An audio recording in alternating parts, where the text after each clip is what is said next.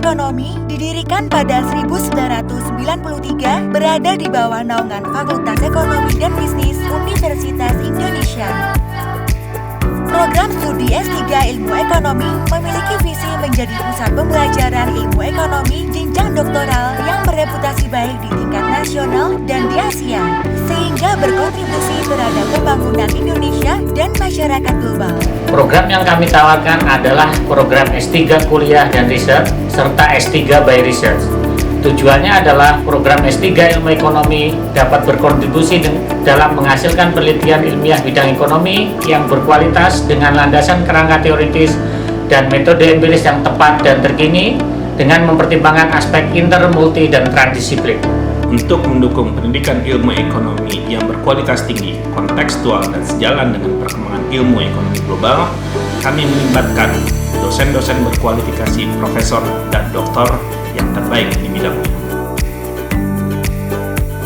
Beberapa klaster penelitian yaitu game teori lanjutan, keseimbangan umum dan pemodelan ekonomi dinamis, ekonomi pembangunan dan analisis kuantitatif, model ekonomi dan metode empiris untuk ekonomi makro, model ekonomi dan metode empiris untuk ekonomi mikro, metode eksperimen dan ekonomi perilaku, dan mikroekonometrika.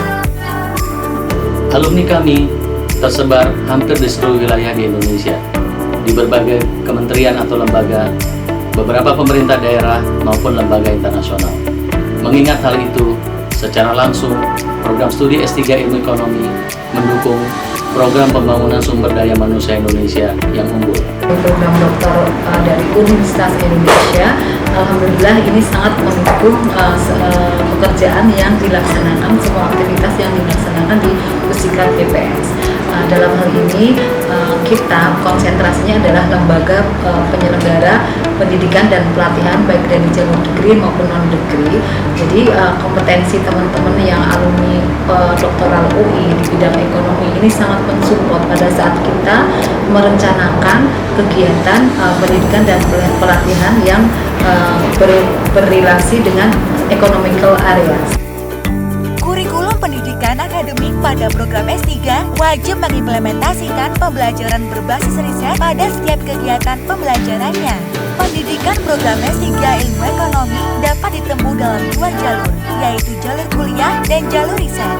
Program studi S3 Ilmu Ekonomi ditunjang oleh lingkungan yang nyaman serta didukung oleh tenaga pendidik dari kalangan profesor serta doktor yang berkompeten dalam bidang riset baik pada ranah nasional maupun internasional.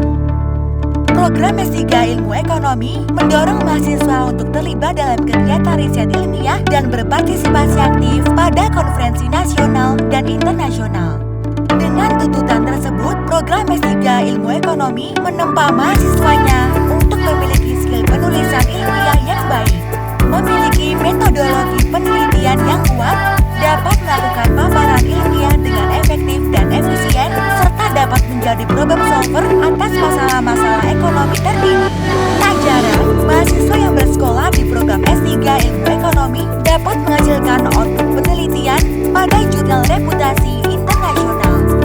Menjadi mahasiswa program Doktor PPIP merupakan kebanggaan akademis yang luar biasa buat saya. Kami banyak dibekali keahlian riset yang tentunya harus sejalan dengan perkembangan ilmu ekonomi dunia dan tentunya dituntut untuk berkontribusi dalam diseminasi karya ilmiah. Para profesor dan dosen yang kompeten dan berpengalaman membuat tuntutan tersebut menjadi mudah dan kesempatan untuk berdiskusi dengan mereka terbuka luas kapanpun. Pengelola program pun ramah dan tanggap dalam memberikan layanan akademik, sarana dan prasarana perkuliahan juga sangat memadai. Keberadaan rekan-rekan mahasiswa yang kompak, serta atmosfer akademik yang kondusif dan kompetitif di lingkungan kampus telah memberikan motivasi dan kenyamanan tersendiri bagi saya, seorang mahasiswa, untuk senantiasa belajar, berdiskusi, berkonsultasi, berkarya lewat penelitian, serta berbagi ilmu pengetahuan dan pengalaman.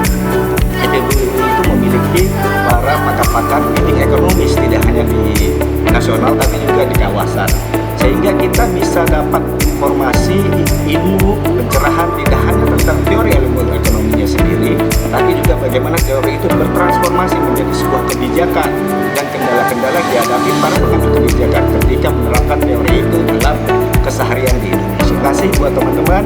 Selamat menikmati dan enjoy kuliah di LMDO. Terima kasih. Assalamualaikum.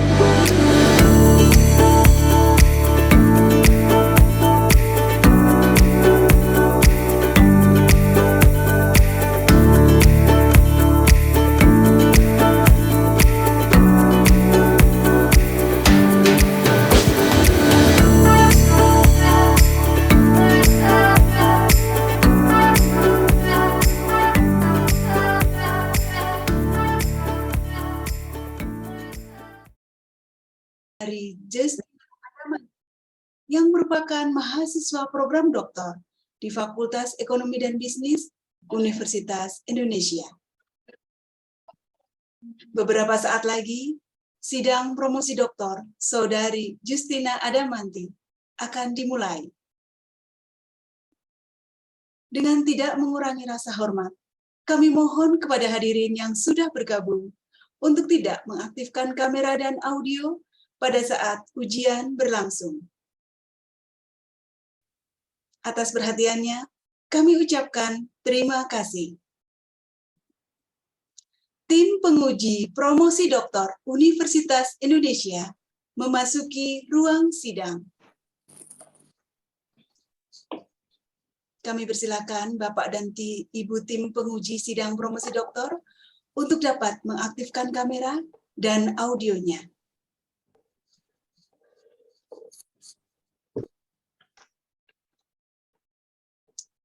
Calon doktor Saudari Justina Adamanti, disilakan memasuki ruang sidang.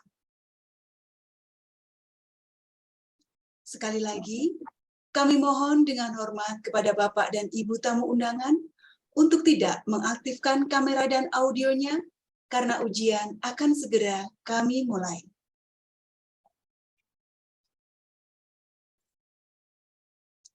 Ujian untuk memperoleh gelar Doktor Ilmu Ekonomi pada program Pasca Sarjana Ilmu Ekonomi Fakultas Ekonomi dan Bisnis Universitas Indonesia dimulai. Kami silakan Ketua Sidang, Bapak Profesor Nahrawi Jalal Nahrawi PhD, membuka sidang ini. Assalamualaikum warahmatullahi wabarakatuh. Selamat siang, salam sehat, dan salam sejahtera buat kita semuanya. Hadirin undangan yang kami hormati, pada hari ini, Kamis 28 Juli 2022, sidang terbuka promosi doktor Universitas Indonesia saya buka. Calon doktor Saudari Justina Adamanti, sidang terbuka promosi doktor yang saat ini berlangsung akan mengajukan pertanyaan dan sanggahan atas disertasi saudari yang berjudul The Impact of Domestic Investors' Participations in Government Debt on Banking Intermediation.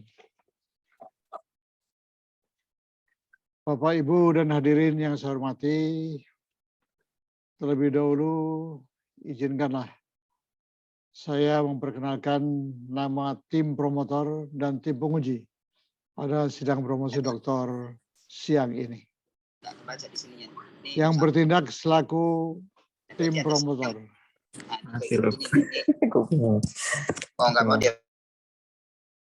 Saya ulangi karena bocor tadi ya.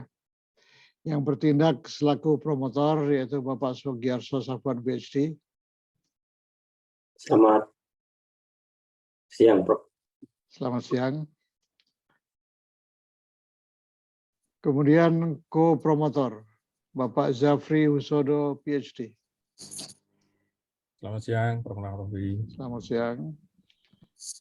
Kemudian tim penguji diketuai oleh Ibu Diah Widiawati, PhD. Selamat siang, Selamat siang, Pak Ibu. Haroy. Yang anggotanya terdiri dari Ibu Dr. Beta Yudanita Kitahari, kemudian Bapak Febrio Kacaribu, PhD, kemudian Bapak Dr. Mahyus Ekananda. Siang, terima kasih Prof. Selamat siang. Bapak Inka Yusgiantoro, PhD. Selamat siang, Prof. Selamat siang. Bapak Wira Kusuma, PhD. Selamat siang, Prof. Selamat siang semuanya. Selanjutnya saya persilakan Bapak Sugarso Safuan, PhD, selaku promotor untuk memulai acara ujian. Silakan. Calon doktor Saudari Justina Adamanti, silakan mempresentasikan hasil penelitian saudara dengan waktu yang tidak lebih dari 20 menit. Kami persilakan.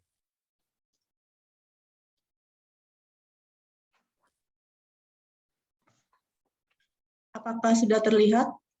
Sudah. Ya.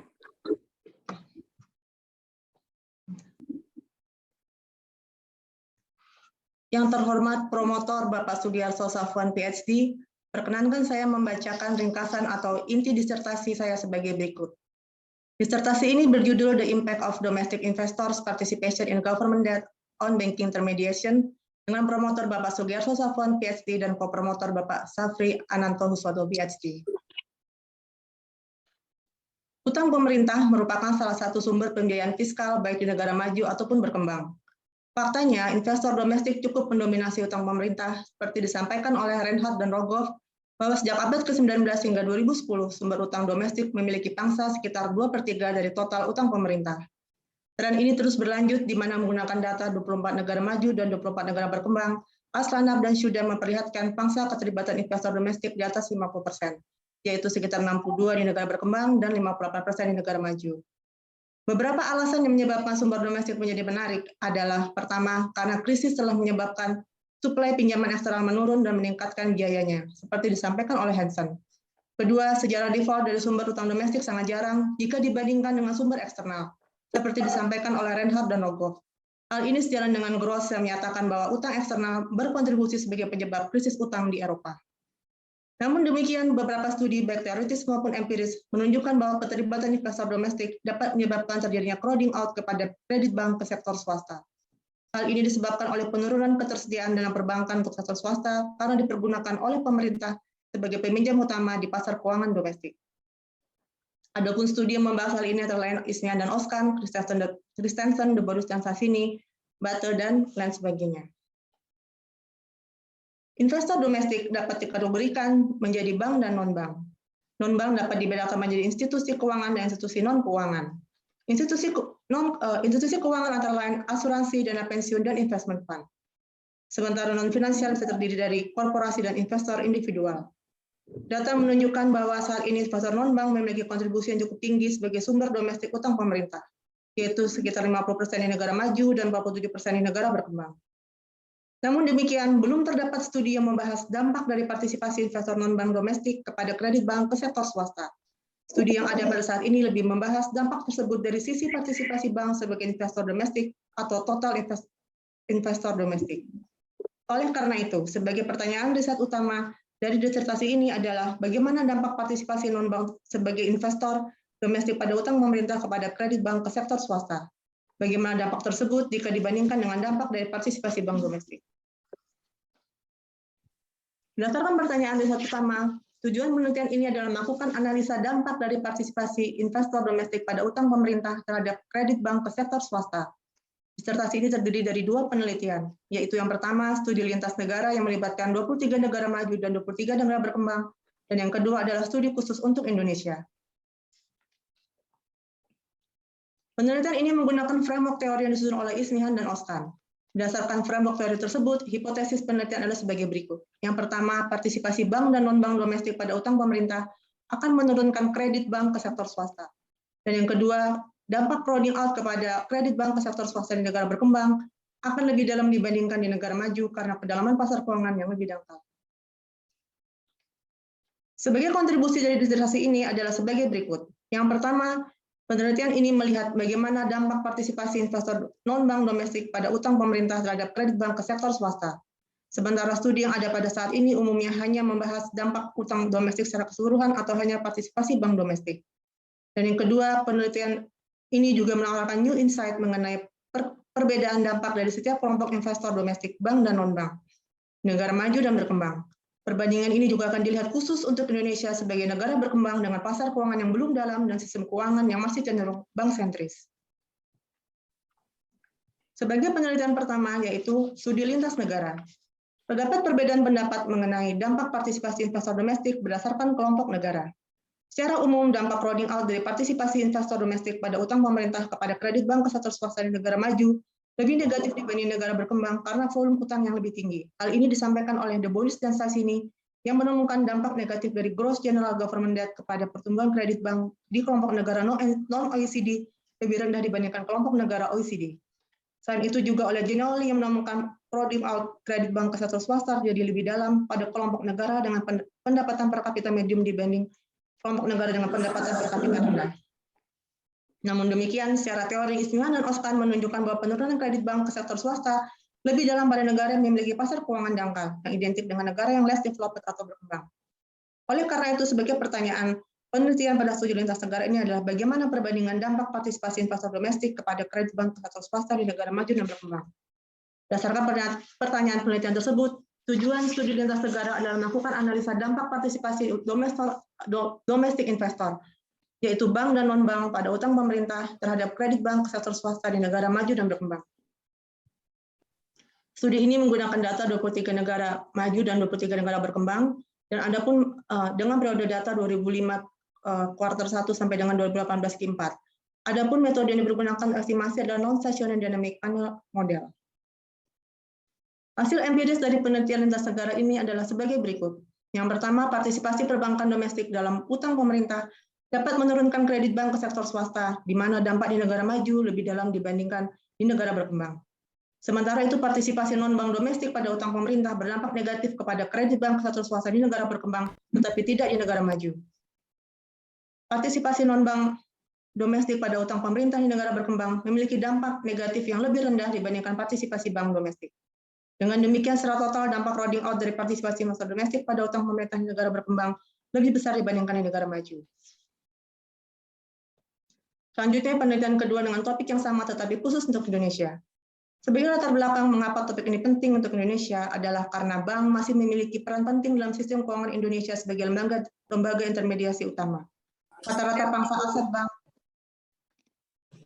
terhadap aset sektor keuangan adalah sekitar 77% pada 5 tahun terakhir periode observasi. Sumber utama dana bank berasal dari deposan dalam negeri. Saat ini total obligasi pemerintah domestik masih jauh di bawah deposit atau DPK dan kredit. Namun demikian, obligasi pemerintah memiliki pertumbuhan tahunan yang cukup tinggi, melebihi pertumbuhan kredit dan DPK. Di 5 tahun terakhir sampai dengan 2019, rata-rata pertumbuhan tahunan obligasi pemerintah mencapai 13%, sementara DPK 7% dan kredit 8%. Selain itu, obligasi pemerintah juga menawarkan bunga yang lebih tinggi dibandingkan produk perbankan seperti deposito bank. Selanjutnya, partisipasi non-bank pada obligasi pemerintah melebihi partisipasi bank sejak tahun 2015. Dari tahun 2009 sampai dengan 2019, pertumbuhan kepemilikan non-bank pada obligasi pemerintah lebih tinggi daripada kepemilikan bank. Tetapi Indonesia memiliki pasar keuangan yang tidak lebih dalam dibandingkan negara tetangga. Hal ini dapat menjadi indikasi terbatasnya sumber dana domestik. Berdasarkan latar belakang tersebut, terdapat 2 pertanyaan penelitian, yaitu yang pertama adalah bagaimana dampak partisipasi bank dan non-bank domestik pada utang pemerintah terhadap kredit bank ke sektor swasta, dan yang kedua, apakah terjadi persaingan antara perbankan dan pemerintah dalam menghimpun dana di pasar keuangan domestik. Berdasarkan kedua pertanyaan tersebut, tujuan dari penelitian ini adalah melakukan analisis dampak partisipasi investor domestik, bank dan non-bank pada utang pemerintah terhadap deposit dan kredit bank ke sektor swasta di Indonesia. Periode observasi adalah 2009 hingga 2019, dan model diesimasi menggunakan factor error correction model. Hasil empiris dari penelitian ini adalah sebagai berikut. Yang pertama, kepemilikan bank dan non-bank domestik di obligasi pemerintah berdampak negatif kepada kredit bank ke sektor swasta. Kepemilikan bank domestik pada obligasi pemerintah memiliki dampak negatif yang lebih dalam kepada kredit bank ke sektor swasta dibandingkan kepemilikan non-bank domestik. Hal ini mengkonfirmasi studi lintas negara untuk negara berkembang. Kepemilikan non-bank pada obligasi pemerintah berpotensi menurunkan simpanan bank lebih dalam dibandingkan kepemilikan bank. Hal ini mengkonfirmasi kemungkinan adanya persaingan antara bank dan pemerintah dalam menghimpun dana. Kesimpulan umum dari kedua penelitian ini adalah, yang pertama, partisipasi non-bank domestik pada utang pemerintah memiliki dampak crowding out kepada kredit bank sektor swasta yang lebih rendah dibandingkan partisipasi bank domestik. Hal ini dikonfirmasi oleh studi lintas negara yang menunjukkan bahwa partisipasi non-bank pada utang pemerintah di negara berkembang memiliki dampak crowding out yang lebih rendah kepada kredit bank sektor swasta. Bahkan partisipasi non-bank pada utang pemerintah di negara maju tidak memiliki dampak crowding out. Studi untuk Indonesia juga menunjukkan bahwa kepemilikan non-bank domestik pada obligasi pemerintah memiliki dampak crowding out yang lebih rendah pada kredit bank ke sektor swasta dibandingkan dengan kepemilikan bank domestik. Namun demikian, studi khusus Indonesia menunjukkan adanya sistem keuangan yang menunjukkan bahwa dalam sistem keuangan yang didominasi oleh bank, kepemilikan non-bank pada obligasi pemerintah lebih menurunkan deposit bank dibandingkan kepemilikan bank. Temuan ini mengkonfirmasi kemungkinan adanya persaingan antara bank dan pemerintah dalam penghimpunan dana. Sebagai implikasi kebijakan dari penelitian ini, yang pertama adalah perlunya kebijakan yang mendukung diversifikasi investor domestik selain bank, karena hasil penelitian menunjukkan dampak negatif partisipasi non-bank yang lebih rendah dibandingkan partisipasi bank. Yang kedua, perlunya memperdalam pasar keuangan, terutama untuk negara berkembang. Hal ini berdasarkan hasil penelitian menunjukkan bahwa partisipasi non-bank tidak berdampak negatif kepada kredit bank sektor swasta di negara maju, identik dengan pasar keuangan yang jauh lebih berkembang. Sebagai penutup, terdapat beberapa keterbatasan penelitian yang dapat dikembangkan menjadi penelitian lanjut, antara lain, yang pertama, penelitian ini belum mempertimbangkan perubahan pada siklus bisnis serta krisis yang dapat mempengaruhi dampak crowding out. Dan yang kedua, penelitian ini masih menggunakan data agregat dan juga fokus pada channel supply dari bank untuk intermediasi. Demikian ringkasan disertasi yang saya sampaikan. Terima kasih. Calon Doktor Saudari Justina Adamanti. Acara sidang ini kami lanjutkan dengan pertanyaan atau sanggahan dari para penguji. Saya persilakan penguji pertama, Ibu Diah Widiawati PhD, selaku Ketua Penguji menyampaikan pertanyaan atau sanggahan. Silakan Bu Diah. Oke, terima kasih Bapak Ketua Sidang, Bapak Profesor Narawi, Romo Venda Justina, saya ucapkan Anda sudah sampai di tahap akhir ya dari proses penulisan disertasi, dan tentunya hari ini tentu ada beberapa hal yang kita ingin tanyakan terkait dengan disertasi Anda sebagai mungkin step terakhir untuk Anda bisa mempertahankan disertasi Anda. Dari model yang Anda gunakan, kemudian pengujian empirisnya, sewaktu seminar ujian hasil, Anda punya hipotesis yang sama, dan dampaknya negatif, baik untuk non-bank dan bank, dan kemudian secara empiris Anda menemukan bahwa secara magnitude itu berbeda. Nah, pertanyaan saya, perbedaan apa yang menyebabkan atau analisis Anda terkait perbedaan magnitude ini? Itu yang pertama. Yang kedua, data Anda hanya sampai tahun 2019 ya. Nah, sebagai seorang bentar lagi akan lulus sebagai doktor ilmu ekonomi, bagaimana Anda melihat hasil studi Anda ketika struktur, katakan struktur perekonomian itu berubah dengan adanya katakan krisis yang baru saja atau masih kita lalui. Apakah relevansinya itu masih cukup tinggi, atau menurut Anda itu justru akan terjadi secara dugaan ya, berdasarkan apa yang Anda amati terkait dengan bagaimana struktur pasar untuk obligasi pemerintah, mengingat banyak negara-negara yang memang menerbitkan government bonds-nya, dan kemudian juga banyak mungkin private non-bank yang juga terkendala dengan akibat krisis ini. Mungkin dua itu saja pertanyaan dari saya. Kalau pertanyaan pertama kan terkait dengan apa yang lanjutan dari ujian hasil. Kalau yang kedua ini saya ingin melihat seberapa Anda punya kemampuan untuk melihat relevansi studi Anda ini dengan kejadian atau sesuatu situasi di mana ada perubahan yang Anda juga harus bisa melihat ke depannya. Begitu aja, Pak Narawi. Terima kasih, Bu Dia. Silakan, Bu Vena. Yang terhormat Ibu Diah Widiawati, PhD. Perkenankan saya untuk menjawab pertanyaan yang Ibu ajukan. Pertanyaan pertama adalah, apa yang menyebabkan perbedaan dari magnitude antara bank dan non-bank pada model empiris, dari theoretical model. Dapat saya jelaskan bahwa perbedaan tersebut bisa terjadi karena model tersebut belum mengakomodir pilihan aset selain dari menempatkan di bank ataupun menempatkan dana di bank atau membeli obligasi pemerintah. Sementara di negara maju, ketika hal itu ketika kontribusi bank menjadi positif, hal itu disebabkan oleh kemungkinan mereka tidak memindahkan dananya langsung dari bank ke pemerintah, tetapi mereka mempunyai outlet investasi lainnya selain di bank. Lalu model ini juga sebenarnya sudah saya coba untuk melihat hal tersebut, tetapi karena untuk melihat dampak dari perubahan permintaan obligasi pemerintah kepada kredit pada model tersebut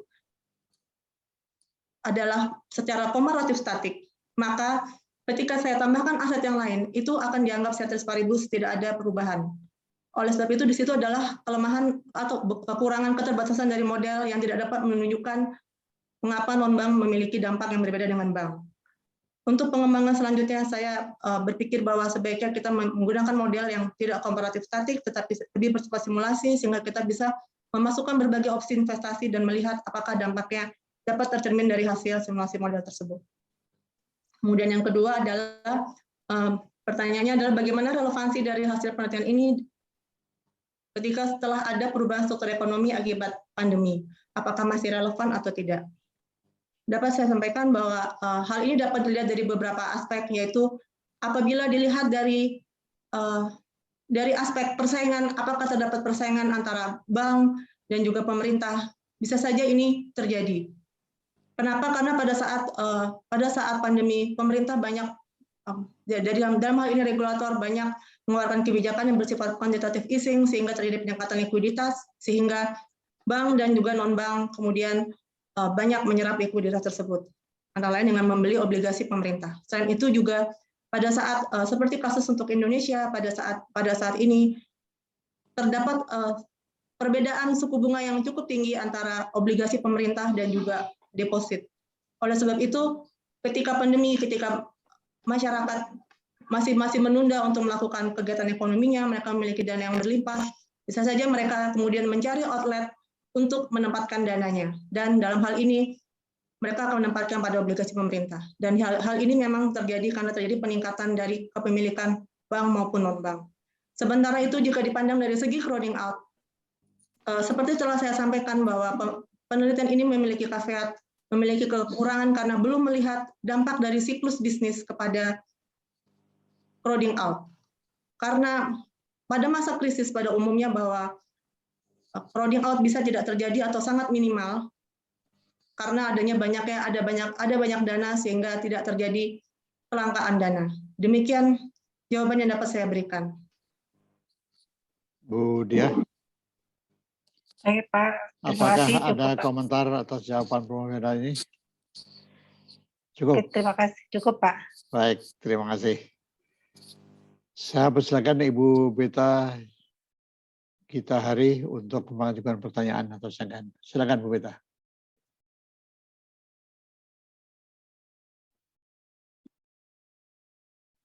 Baik, terima kasih Pak Ketua. Mohon maaf saya terlambat hadir, nah, tadi masih ada acara lain. Baik, pertama saya ingin mengucapkan selamat kepada Promovenda Justina Adamanti atas capaiannya hingga hari ini ya, kita ada di ruang sidang untuk menyaksikan Anda promosi. Ini saya pertama-tama mungkin disclaimer juga ya, mohon maaf kalau mungkin pertanyaan-pertanyaan yang saya ajukan sudah ditanyakan oleh penanya yang terdahulu. Yang pertama ini yang ingin saya tanyakan adalah di dalam disertasi Anda itu disebutkan bahwa studi ini belum mempertimbangkan ya kemungkinan terjadinya krisis ekonomi atau krisis finansial. Nah, saya ingin mendengar pendapat Anda saja. Saya tahu nggak ada di dalam disertasi Anda, tapi menurut Anda bagaimana atau jelaskan bagaimana di dalam model Anda itu bisa mengakomodasi krisis ya, bila mana in the future time dalam masa depan itu ada. Karena kan model yang baik itu tentu model yang bisa mengantisipasi gitu ya, bisa melakukan antisipasi. Nah, mungkin Anda bisa menjelaskan kepada kami bagaimana model Anda itu bisa digunakan untuk mengantisipasi adanya krisis, dan mungkin kalau Anda nggak keberatan bisa ditunjukkan di bagian yang mana ya, baik itu untuk model yang yang di artikel yang pertama maupun yang di artikel yang kedua. Pertanyaan saya yang selanjutnya, menurut pendapat Anda, ini dalam diskusi kemarin di dalam ujian-ujian sebelumnya sudah pernah ditanyakan sebetulnya ya, bahwa Anda mengasumsikan bahwa perilaku institusi bank dan perilaku institusi non-bank itu dianggap sama, gitu ya. Nah, ini saya hanya minta pendapat Anda, karena kalau udah diasumsikan itu kan berarti kan memang kita kontrol itu, gitu ya. Kita menganggap dia perilakunya sama. Tapi kita tahu bahwa perilakunya itu tidak sama. Ya. Nah, saya ingin mendengar pendapat Anda, bagaimana perbedaan perilaku institusi tersebut terhadap partisipasi dalam penyaluran hutang pemerintah. Dua itu saja. Terima kasih. Terima kasih Bu Beta. Silakan Mbak Mufina.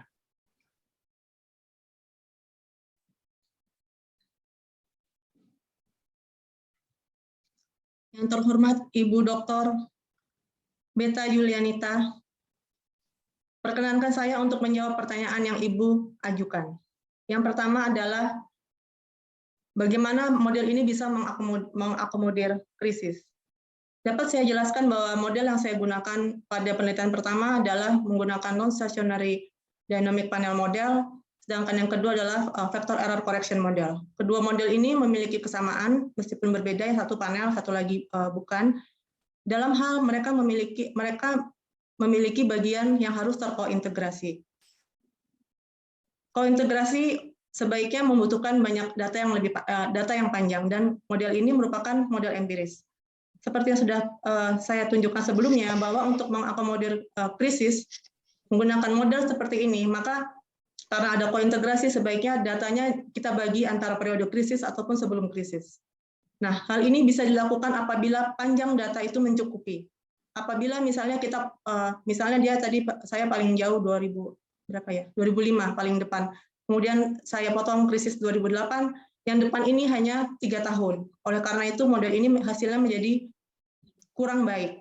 Apabila kita memiliki data yang sangat panjang, kemudian kita potong at least minimal 10 tahun dalam setiap potongannya, maka tentu hasilnya mungkin lebih bisa menggambarkan bagaimana pengaruh krisis tersebut. Karena adanya keterbatasan dari model empiris seperti ini, maka menurut saya apabila kita membutuhkan untuk mengassessment dampak krisis pada case ini, sebaiknya kita tidak menunggu kita punya data 10 tahun. terlalu lama. Jadi kita harus pindah menggunakan data yang berbasis simulasi. Seperti misalnya model yang general equilibrium, sehingga kita bisa melakukan shock, simulasi krisis, kira-kira apa dampaknya dan bagaimana perbedaannya. Kemudian untuk yang kedua adalah perbedaan model antara bank dan agen bank dan non-bank di dalam model saya, dan bagaimana menjelaskan perbedaan partisipasinya dalam perilakunya. Memang saya modelkan berbeda, tetapi dalam hal adalah dalam bagaimana mereka taking profit, mendapatkan profit. Seperti bank, misalnya mereka akan mendapatkan profit ketika mereka menempatkan dananya di aset dan juga memberikan kredit, dan lalu mereka punya kewajiban untuk membayar bunga deposan dan juga kewajiban misalnya seperti GWM. Sedangkan untuk non-bank, misalnya dari asuransi, dia punya kewajiban yang berbeda. Jadi dia akan mendapatkan profit bagaimana dia menempatkan asetnya, misalnya di obligasi pemerintah ataupun di bank, dan kemudian bagaimana dia harus membayar kewajibannya, misalnya dengan membayarkan dana pensiun ataupun premi kepada nasabahnya. Oleh karena itu, perbedaan itu lebih kepada mekanisme untuk mereka mendapatkan profit, tetapi secara desain sudah berbeda terhadap aset ataupun maksudnya aset apa yang mendapatkan keuntungan dan juga kewajiban apa yang mereka harus bayarkan, itu sudah disesuaikan sesuai dengan karakter dari setiap agen yang ditujukan. Demikian jawaban yang dapat saya berikan. Terima kasih, Bu Pita. Ya, cukup Pak. Apakah cukup? Ya? Cukup Prof. Terima kasih. Kami lanjutkan ke penguji berikutnya, Bapak Dr. Mayus Sekananda, untuk mengajukan pertanyaan atau silakan. Silakan Pak Mayus. Terima kasih Prof. Narowi. Sebelumnya ucapkan selamat kepada Mbak Justina sudah sampai di forum ini. Semoga semuanya dapat lancar. Baik Mbak Justina, jadi Anda kan melakukan penelitian, saya melihat dari sisi metode ya. Kok saya agak kurang puas jawaban Anda atas pertanyaan dari Ibu Beta tadi. Jadi gini umpamanya, Anda kan sudah melakukan suatu kajian-kajian menggunakan istilah-istilah yang sebenarnya sangat relevan dengan kondisi sekarang. Pertama adalah ada istilah shock, ada istilah suatu kejutan, gitu kan. Di FIM itu simulasinya seperti itu. Kemudian juga ada jangka panjang, jangka pendek untuk metode-metode yang paper satunya lagi. Nah, jadi pertanyaan saya adalah apakah prediksi Anda itu sesuai? Jadi pada saat Anda menggunakan data ini kan tahun berapa? 2019 ya? Ya, kan seolah Anda bisa lakukan suatu prediksi ya di awal krisis gitu, krisis ekonomi, krisis stres pandemik ini. Pertanyaan saya itu apakah model Anda ini masih sesuai memprediksikan kondisi krisis pandemik, krisis ekonomi akibat atau artinya itu stres dari kondisi ekonomi ini akibat pandemik dalam sisi perubahan dari hutang pemerintah dan juga dari investor domestik. Itu. Jadi tolong jelaskan kepada saya. Kalau Anda tadi kan masih mungkin, kalau menurut saya pastinya seperti apa ya. Pertanyaan kedua adalah bahwa kalau memang Anda kan selama Anda membuat disertasi ini tentunya Anda juga menyikapi dan juga mengamati perubahan-perubahan yang terjadi. Dan Anda mengatakan bahwa ini harus dilakukan perubahan. Pertanyaan saya adalah faktor-faktor apa saja yang sebenarnya harus Anda sesuaikan dari model ini sehingga itu bisa relevan dengan kondisi kekinian sekarang. Dari sisi data mungkin Anda sebutkan tidak mesti harus panjang itu makin sensitif, makin panjang, tapi kalau ada struktural break kan juga pasti harus disesuaikan gitu. Mungkin pertanyaannya adalah apakah dari sisi data, metode, atau ada penambahan penambahan variabel atau apa yang mungkin Anda bisa sampaikan. Itu saja, coba bisa dijawab. Yang terhormat Bapak Dr. Mahyus Ekananda, perkenankan saya untuk menjawab pertanyaan yang Bapak ajukan. Yang pertama adalah bagaimana kira-kira prediksi model ini apabila digunakan untuk melihat pada saat sekarang. Saya memang tidak mencoba untuk memprediksi menggunakan model ini, tetapi model ini lebih komponen terdapat variabel yang digunakan dalam model ini adalah menyangkut komponen kuantitas, quantity. Jadi kredit, deposit, dan juga kepemilikan atau partisipasi domestik pada obligasi pemerintah ataupun utang pemerintah. Menurut dugaan saya, hal ini masih berlaku relevan bahwa yang terjadi adalah relevan nggak ya?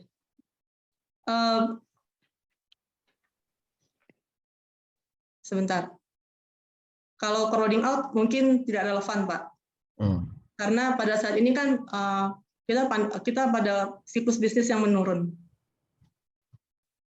Jadi saya kira ini akan berkaitan dengan pertanyaan yang kedua. Saya tidak menjawab dengan pasti karena saya tidak mencoba, saya tidak bisa memutuskan yang saya tidak lihat. Ini mungkin berkaitan dengan kedua, faktor apa saja yang bisa meningkatkan keyakinan saya bahwa model ini mungkin lebih relevan.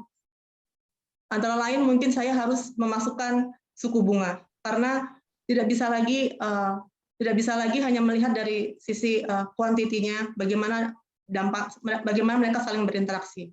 Selain itu juga mungkin harus dilihat lagi variabel-variabel ekonomi lain, mungkin seperti GDP atau apapun juga, yang mungkin mempengaruhi dari model tersebut.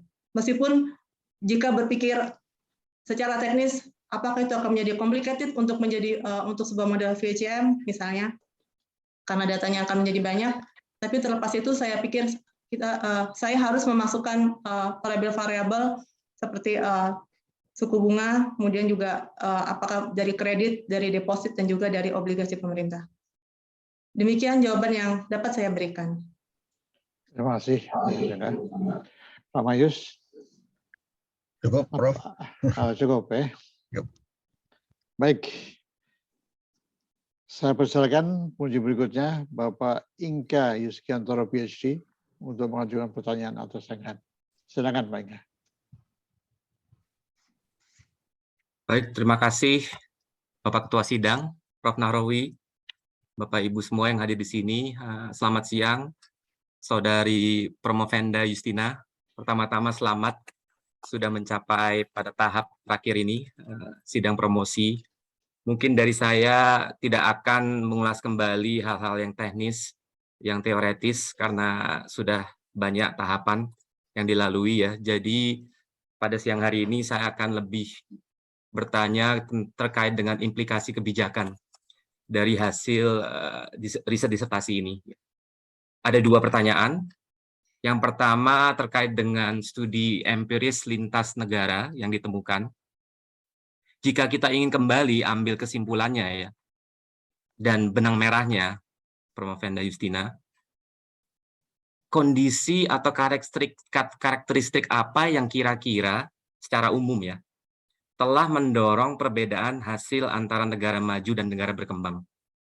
Apakah itu struktur sektor jasa keuangannya yang berbeda, khususnya mungkin antara bank dan non-bank IKNB yang berbeda, atau juga mungkin pengelolaan investasi lembaga bank dan penyaluran kreditnya mungkin yang berbeda, atau ada hal-hal lain yang mungkin kita tidak bisa lihat ya dengan jelas, tapi sudah mendorong perbedaan yang lebih tingginya, mungkin dampak partisipasi bank terhadap obligasi pemerintah di negara maju, dan juga tadi dari hasil temuan kalau di negara berkembang efek terhadap crowding out-nya lebih tinggi ya, lebih harmful di IKNB ya, di non-bank.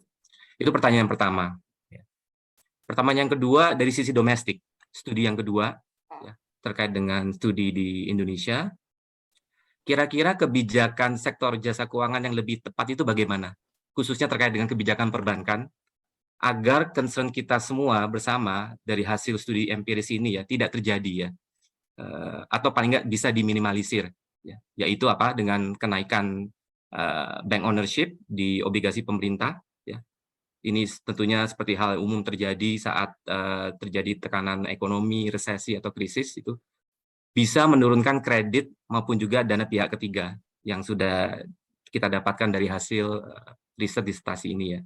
Apakah kepemilikan SBN oleh bank-bank domestik mesti dibatasi melalui regulatory atau supervisory action enforcement?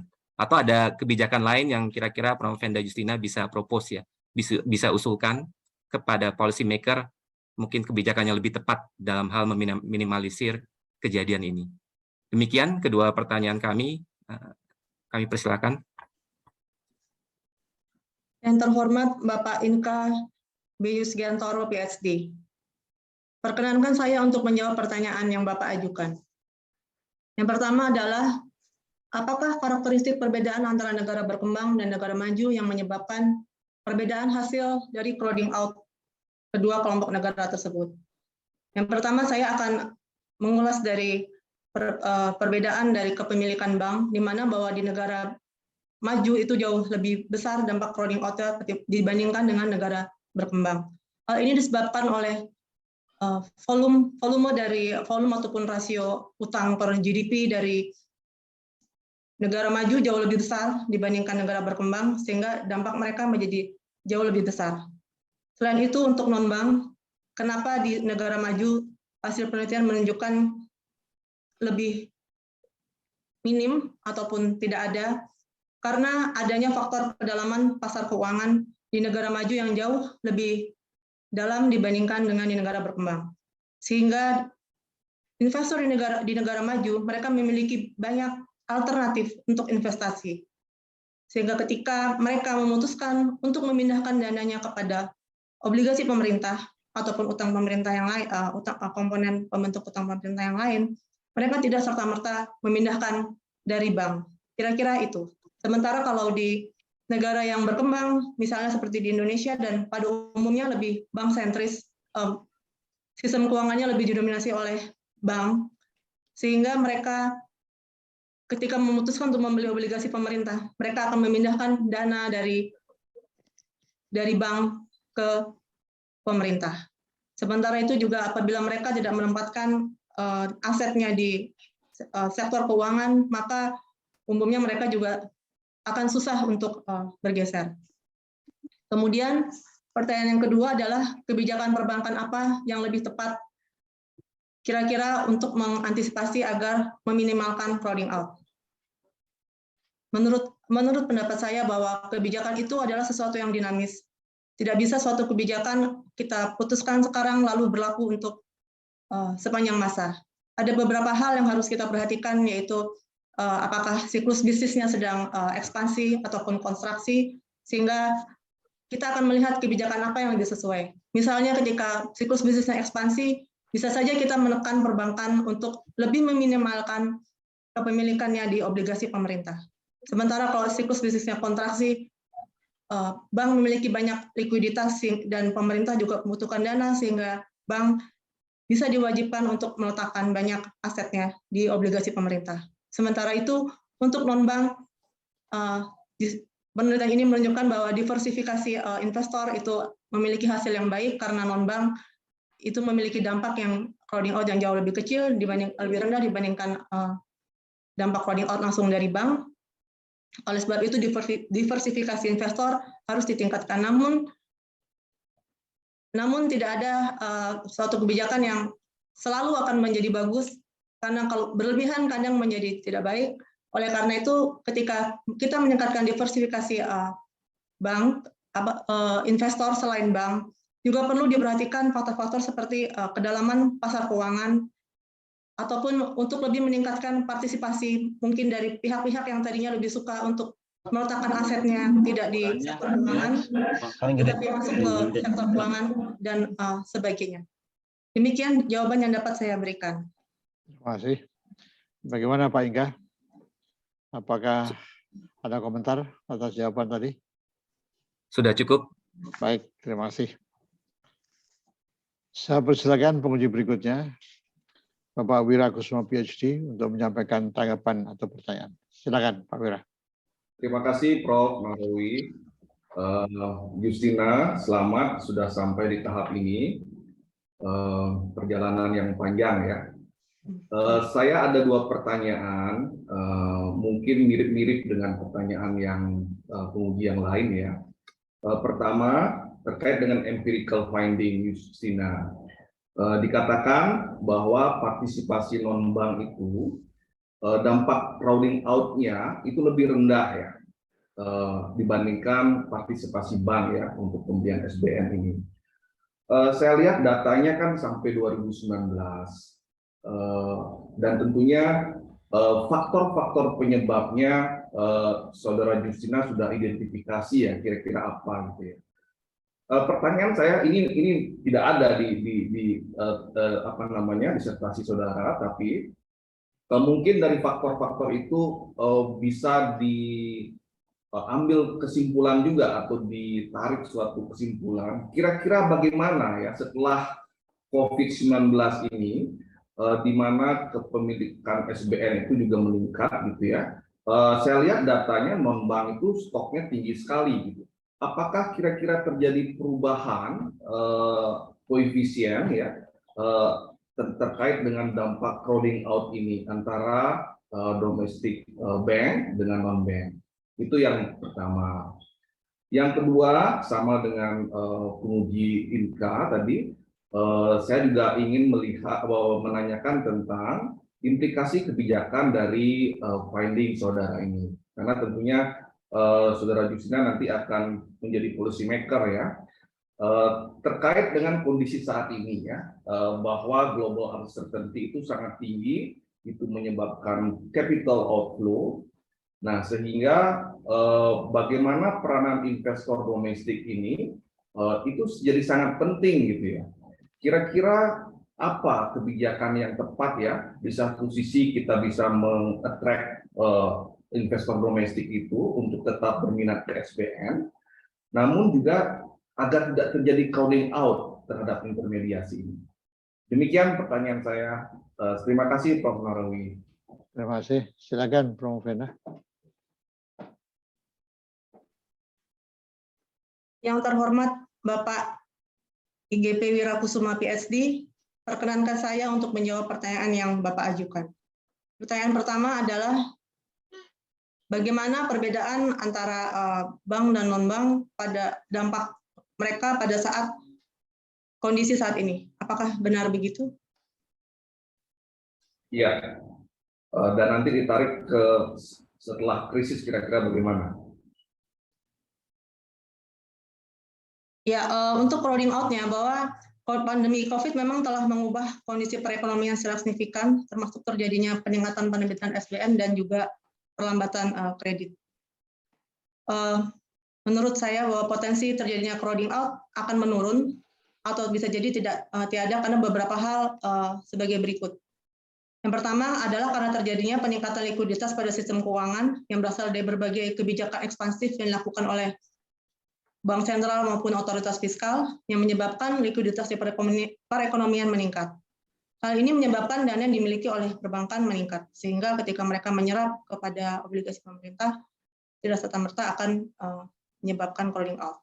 Kemudian juga terjadi penurunan demand yang menyebabkan permintaan kredit yang melambat.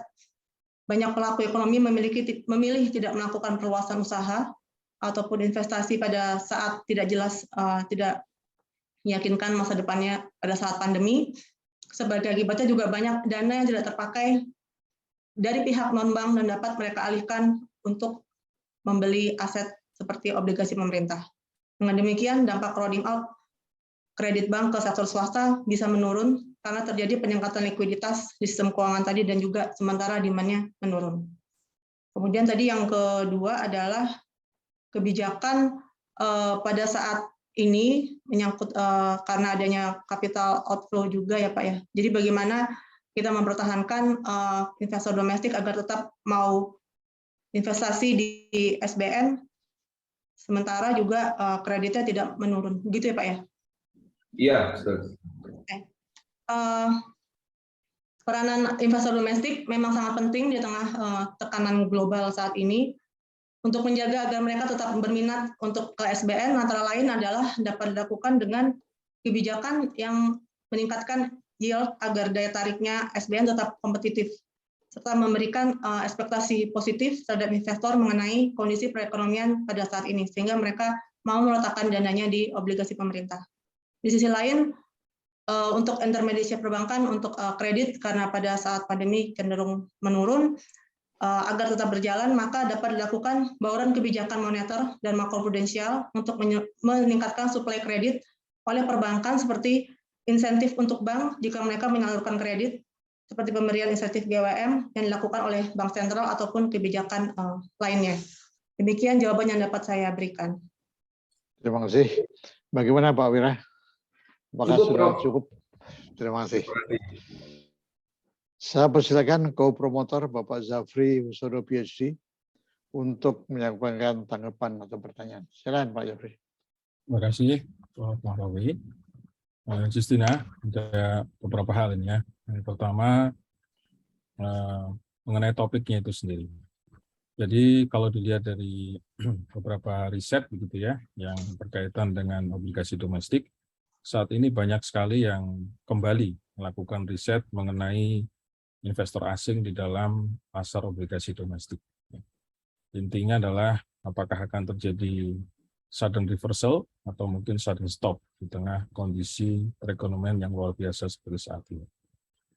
Nah ini kalau dilihat dari hal tersebut, apakah risiko dari crowding out effect ini ya, di dalam domestic financial market ini perakiraannya ya, apakah akan lebih tinggi atau bagaimana apabila dibandingkan dengan risiko sudden stop atau mungkin sudden reversal gitu ya dari investor asing. Nah itu yang pertama. Yang kedua begini sekarang, crowding out ini untuk yang intermediasi itu untuk di Indonesia itu sangat menarik gitu ya, karena Indonesia ini salah satu karakteristiknya adalah sebagian besar perusahaannya itu hobinya pakai ekuitas, jadi dia nggak pakai utang gitu ya.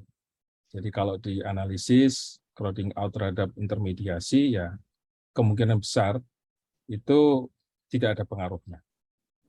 Pertanyaan saya adalah apakah memang menurut dugaan Justina ya, apakah memang struktur pembiayaan perusahaan yang khas di Indonesia itu akan mempengaruhi hasil dari penelitian ini?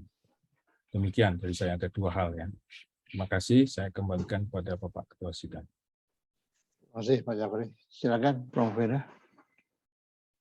Yang terhormat Bapak Zafri Ananto Husodo, PhD, perkenankan saya untuk menjawab pertanyaan yang Bapak ajukan. Yang pertama adalah bagaimana kira-kira perbandingan dampak antara apabila pinjaman lebih banyak dari luar negeri, sementara pada saat seperti sekarang ada kemungkinan terjadi sudden reversal ataupun sudden stop, dibandingkan dengan apabila pembiayaan dari dalam negeri tetapi ada potensi crowding out. Apakah seperti demikian, Pak? Iya, benar. Menurut saya kedua hal tersebut adalah selalu memiliki dampak dan tidak ada pilihan yang lebih baik.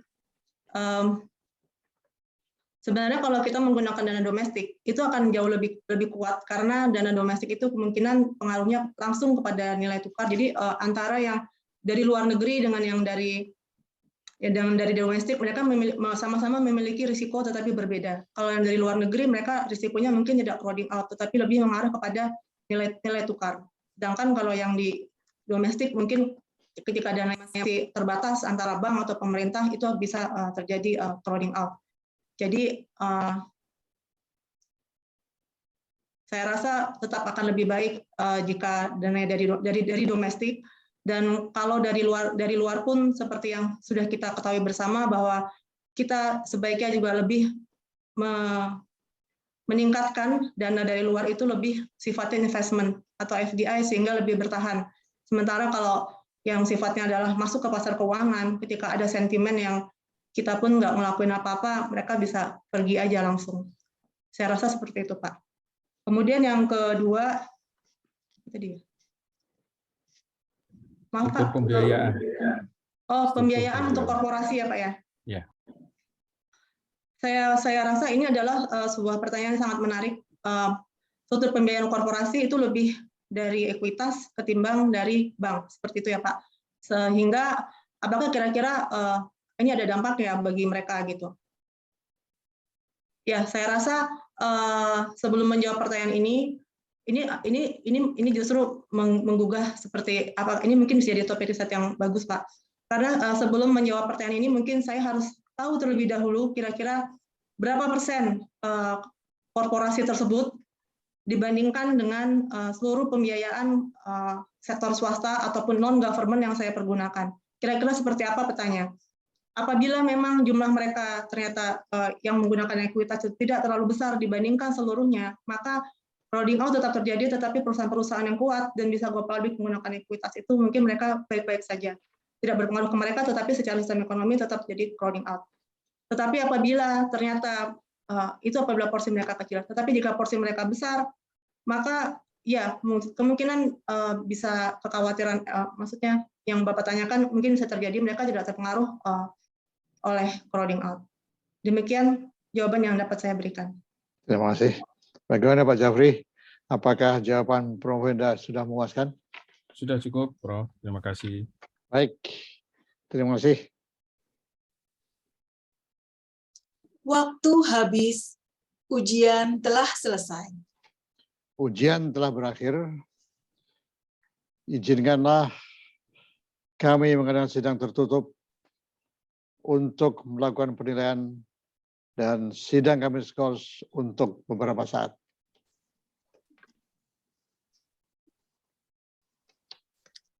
Tim penguji promosi Doktor UI meninggalkan ruang sidang menuju ruang sidang tertutup secara online. Hadirin yang kami hormati, kami mohon menunggu beberapa saat untuk mengikuti sidang selanjutnya dan mohon tidak meninggalkan ruang sidang promosi doktor ini karena tim penguji promosi doktor akan kembali pada ruang sidang online.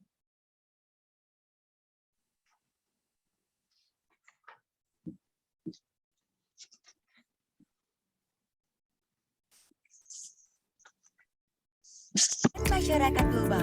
Program yang kami tawarkan adalah program S3 Kuliah dan Riset serta S3 by Research.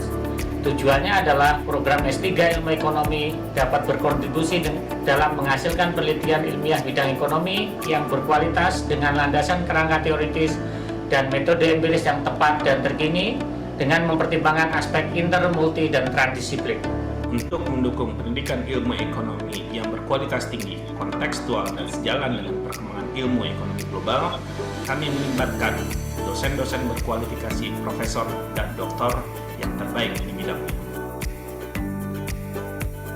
Beberapa klaster penelitian yaitu game teori lanjutan, keseimbangan umum dan pemodelan ekonomi dinamis, ekonomi pembangunan dan analisis kuantitatif, model ekonomi dan metode empiris untuk ekonomi makro, model ekonomi dan metode empiris untuk ekonomi mikro, metode eksperimen dan ekonomi perilaku, dan mikroekonometrika. Alumni kami tersebar hampir di seluruh wilayah di Indonesia, di berbagai kementerian atau lembaga, beberapa pemerintah daerah maupun lembaga internasional. Mengingat hal itu, secara langsung, program studi S3 Ilmu Ekonomi mendukung program pembangunan sumber daya manusia Indonesia yang unggul. Program doktor dari Universitas Indonesia, alhamdulillah ini sangat mendukung pekerjaan yang dilaksanakan, semua aktivitas yang dilaksanakan di Pusikat BPS. Dalam hal ini kita konsentrasinya adalah lembaga penyelenggara pendidikan dan pelatihan baik dari jalur degree maupun non degree. Jadi kompetensi teman-teman yang alumni doktoral UI di bidang ekonomi ini sangat mensupport pada saat kita merencanakan kegiatan pendidikan dan pelatihan yang berrelasi dengan economical areas. Kurikulum pendidikan akademik pada program S3 wajib mengimplementasikan pembelajaran berbasis riset pada setiap kegiatan pembelajarannya. Pendidikan program S3 Ilmu Ekonomi dapat ditempuh dalam dua jalur, yaitu jalur kuliah dan jalur riset. Program studi S3 Ilmu Ekonomi ditunjang oleh lingkungan yang nyaman serta didukung oleh tenaga pendidik dari kalangan profesor serta doktor yang berkompeten dalam bidang riset baik pada ranah nasional maupun internasional. Program S3 Ilmu Ekonomi mendorong mahasiswa untuk terlibat dalam kegiatan riset ilmiah dan berpartisipasi aktif pada konferensi nasional dan internasional. Dengan tuntutan tersebut, program S3 Ilmu Ekonomi menempa mahasiswanya untuk memiliki skill penulisan ilmiah yang baik, memiliki metodologi penelitian yang kuat, dapat melakukan paparan ilmiah dengan efektif dan efisien, serta dapat menjadi problem solver atas masalah-masalah ekonomi terkini. Tak jarang, mahasiswa yang bersekolah di program S3 Ilmu Ekonomi dapat dapat menghasilkan output penelitian pada jurnal reputasi internasional. Menjadi mahasiswa program Doktor PPIP merupakan kebanggaan akademis yang luar biasa buat saya. Kami banyak dibekali keahlian riset yang tentunya harus sejalan dengan perkembangan ilmu ekonomi dunia dan tentunya dituntut untuk berkontribusi dalam diseminasi karya ilmiah. Para profesor dan dosen yang kompeten dan berpengalaman membuat tuntutan tersebut menjadi mudah dan kesempatan untuk berdiskusi dengan mereka terbuka luas kapanpun. Pengelola program pun ramah dan tanggap dalam memberikan layanan akademik, sarana dan prasarana perkuliahan juga sangat memadai. Keberadaan rekan-rekan mahasiswa yang kompak, serta atmosfer akademik yang kondusif dan kompetitif di lingkungan kampus telah memberikan motivasi dan kenyamanan tersendiri bagi saya, seorang mahasiswa, untuk senantiasa belajar, berdiskusi, berkonsultasi, berkarya lewat penelitian, serta berbagi ilmu pengetahuan dan pengalaman. ITB itu memiliki para pakar-pakar leading ekonomis tidak hanya di nasional tapi juga di kawasan, sehingga kita bisa dapat informasi, ilmu, pencerahan tidak hanya tentang teori ilmu ekonominya sendiri, tapi juga bagaimana teori itu bertransformasi menjadi sebuah kebijakan dan kendala-kendala dihadapi para pengambil kebijakan ketika menerapkan teori itu dalam keseharian di Indonesia. Terima kasih buat teman-teman, selamat menikmati dan enjoy kuliah di ITB. Terima kasih. Assalamualaikum.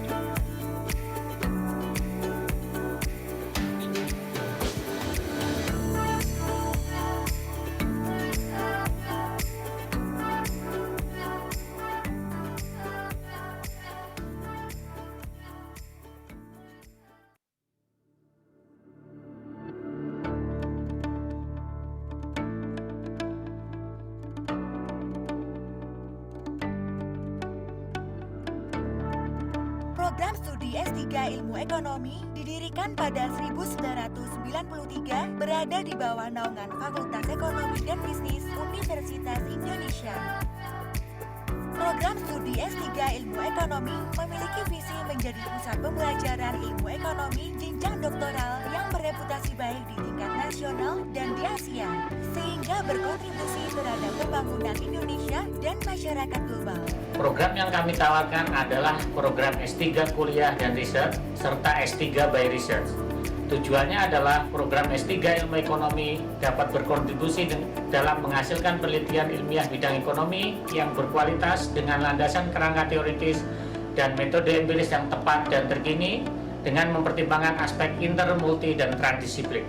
Untuk mendukung pendidikan ilmu ekonomi yang berkualitas tinggi, kontekstual, dan sejalan dengan perkembangan ilmu ekonomi global, kami melibatkan dosen-dosen berkualifikasi profesor dan doktor yang terbaik di bidangnya.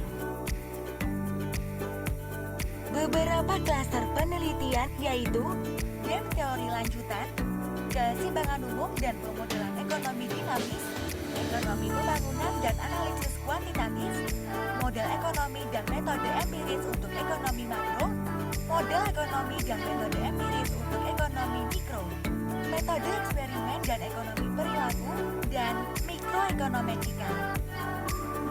Alumni kami tersebar hampir di seluruh wilayah di Indonesia, di berbagai kementerian atau lembaga, beberapa pemerintah daerah maupun lembaga internasional. Mengingat hal itu, secara langsung, program studi S3 Ilmu Ekonomi mendukung program pembangunan sumber daya manusia Indonesia yang unggul. Program doktor dari Universitas Indonesia, alhamdulillah ini sangat mendukung pekerjaan yang dilaksanakan, semua aktivitas yang dilaksanakan di Pusikat BPS. Dalam hal ini kita konsentrasinya adalah lembaga penyelenggara pendidikan dan pelatihan baik dari jalur degree maupun non degree. Jadi kompetensi teman-teman yang alumni doktoral UI di bidang ekonomi ini sangat mensupport pada saat kita merencanakan kegiatan pendidikan dan pelatihan yang berrelasi dengan economical areas. Kurikulum pendidikan akademik pada program S3 wajib mengimplementasikan pembelajaran berbasis riset pada setiap kegiatan pembelajarannya. Pendidikan program S3 ilmu ekonomi dapat ditempuh dalam 2 jalur, yaitu jalur kuliah dan jalur riset. Program studi S3 ilmu ekonomi ditunjang oleh lingkungan yang nyaman serta didukung oleh tenaga pendidik dari kalangan profesor serta doktor yang berkompeten dalam bidang riset baik pada ranah nasional maupun internasional. Program S3 Ilmu Ekonomi mendorong mahasiswa untuk terlibat dalam kegiatan riset ilmiah dan berpartisipasi aktif pada konferensi nasional dan internasional.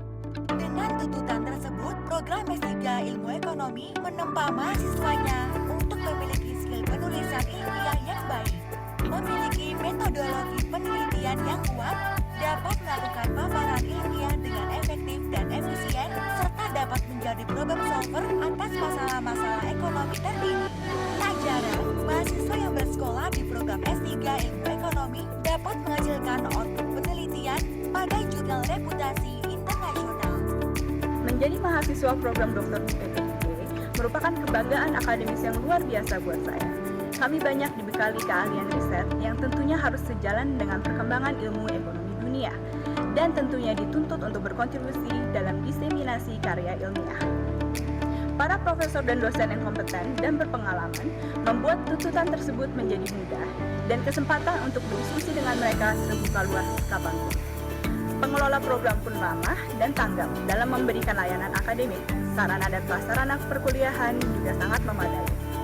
Keberadaan rekan-rekan mahasiswa yang kompak, serta atmosfer akademik yang kondusif dan kompetitif di lingkungan kampus telah memberikan motivasi dan kenyamanan tersendiri bagi saya, seorang mahasiswa, untuk senantiasa belajar, berdiskusi, berkonsultasi, berkarya lewat penelitian, serta berbagi ilmu pengetahuan dan pengalaman. ITB itu memiliki para pakar-pakar bidang ekonomis tidak hanya di nasional tapi juga di kawasan, sehingga kita bisa dapat informasi, ilmu, pencerahan tidak hanya tentang teori ilmu ekonominya sendiri, tapi juga bagaimana teori itu bertransformasi menjadi sebuah kebijakan dan kendala-kendala dihadapi para pengambil kebijakan ketika menerapkan teori itu dalam keseharian di Indonesia. Terima kasih buat teman-teman, selamat menikmati dan enjoy kuliah di LMU. Terima kasih. Assalamualaikum.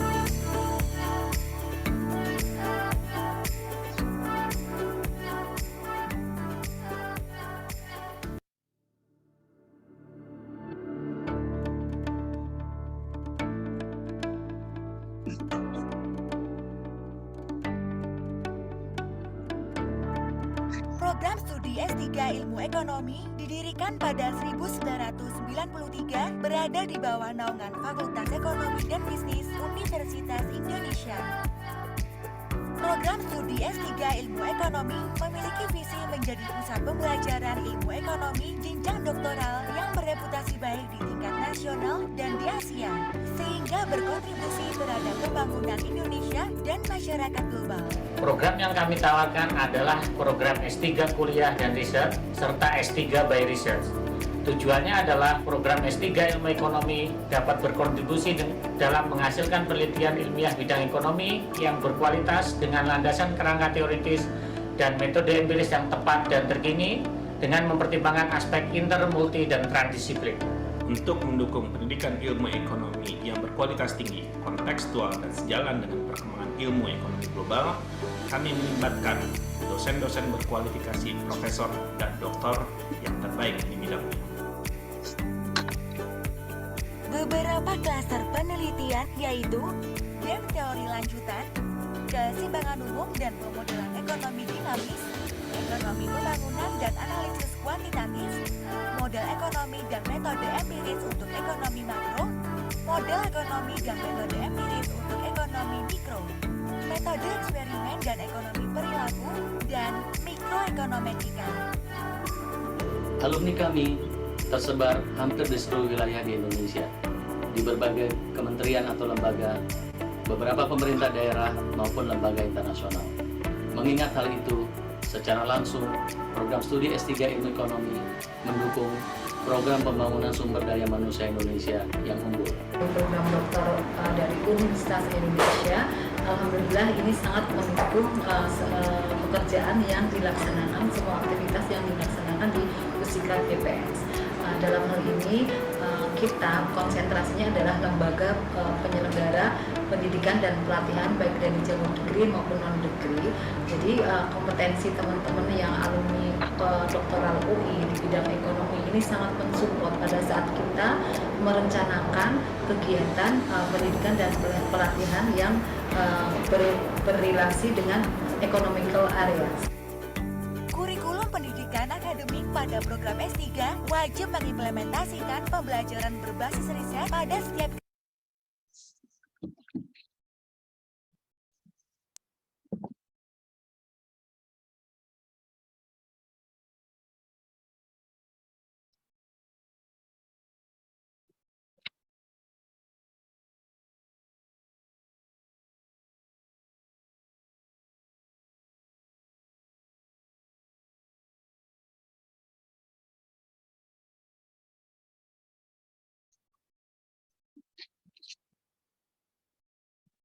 Mulai, Mbak.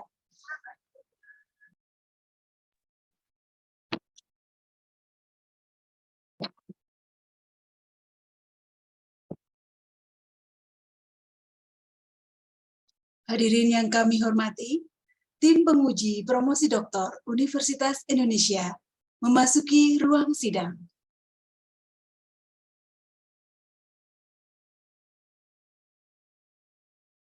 Calon doktor Saudari Justina Adamanti dipersilakan masuk ke ruang sidang dan harap mengaktifkan kamera serta audio.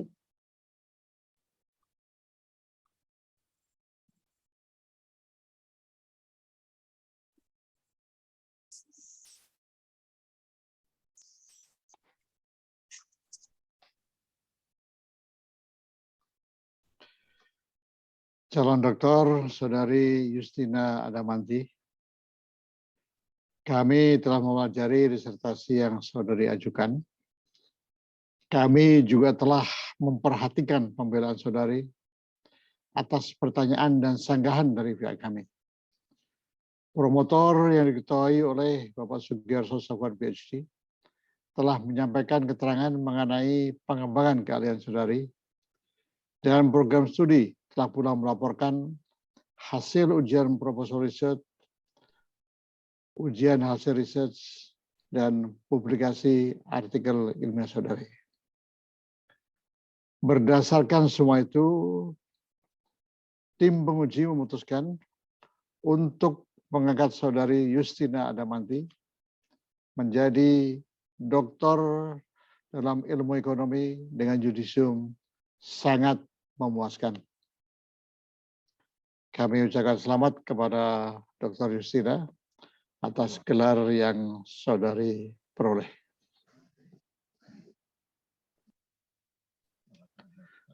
Selanjutnya saya persilakan Bapak Sugiarso Safwan PhD untuk menyampaikan sambutannya. Silakan.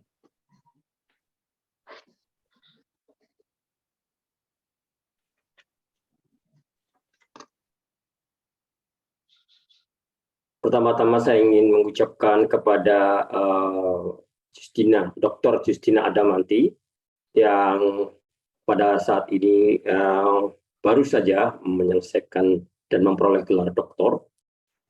Sebuah perjalanan yang sangat panjang dan saya yakin ini sangat melelahkan. Bahkan kalau dari hitungan Saya sejak pertama kali mendaftar kira-kira 5 tahun. Justina memang orangnya gigih ya, service, tidak bahkan habis waktunya digunakan untuk berdebat, beritu kami mencoba meyakinkan, dan alhamdulillah Justina bisa menunjukkan apa yang menjadi yang disampaikan itu, dan pada hari ini Justina berhasil memperoleh gelar doktor.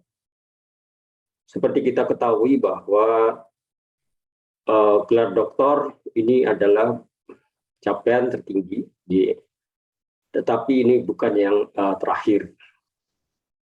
Jadi sudah mempelajari ilmu dari metodologi, teori dan sebagainya. Nah, kemudian sebagai langkah akademisi berikutnya adalah mencoba menghasilkan karya. Itu adalah tantangan berikutnya. Dalam perjalanan panjang ini saya yakin Justina tidak sendirian. Tentu di balik semua itu ada dukungan-dukungan yang tidak bisa yang tidak bisa dipisahkan. Tentu saja dari keluarga, sahabat dan sebagainya, dan teman-teman lain yang ikut mendukungnya. Pada kesempatan hari ini, saya juga ingin mengucapkan selamat kepada Ibu Suryati dan Bapak Harjanto, Bapak Harstanto, yang telah berhasil mengantarkan putrinya di jenjang yang tertinggi ini. Kalau saya boleh menjelaskan bahwa Justina ini adalah merupakan putri ketiga dari 3 bersaudara, tapi kakak pertama adalah laki-laki, kemudian yang paling terakhir adalah Stefanus Agung. Justina lahir tanggal 27 September 1980.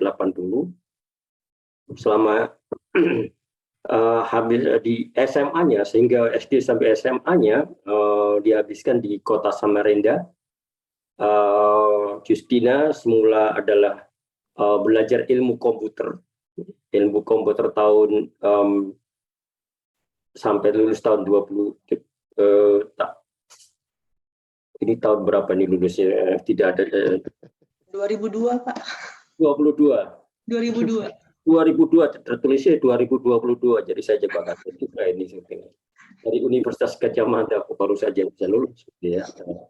Kemudian sempat bekerja di Pertamina pada saat itu. Kemudian kalau menurut ceritanya bertemu suami di sana.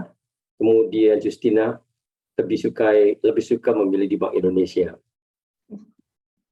S2 diselesaikannya di Duke University, lulus tahun 2013, dan akhirnya diteruskan di Fakultas Ekonomi. Jadi dari ilmu komputer, kemudian mengenal ilmu ekonomi di Duke, kemudian diperdalam lagi di Universitas Indonesia. Justina menikah dengan Bapak Aji Kristiawan, dikaruniai 2 anak, Nicholas Abimanyu dan Marsiana Safira. Untuk itu saya mengucapkan selamat kepada ibunda dari Nicholas dan Marsiana Safira.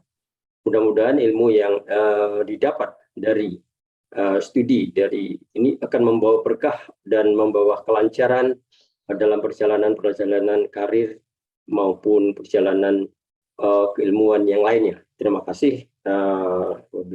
Assalamualaikum warahmatullahi wabarakatuh. Waalaikumsalam warahmatullahi wabarakatuh.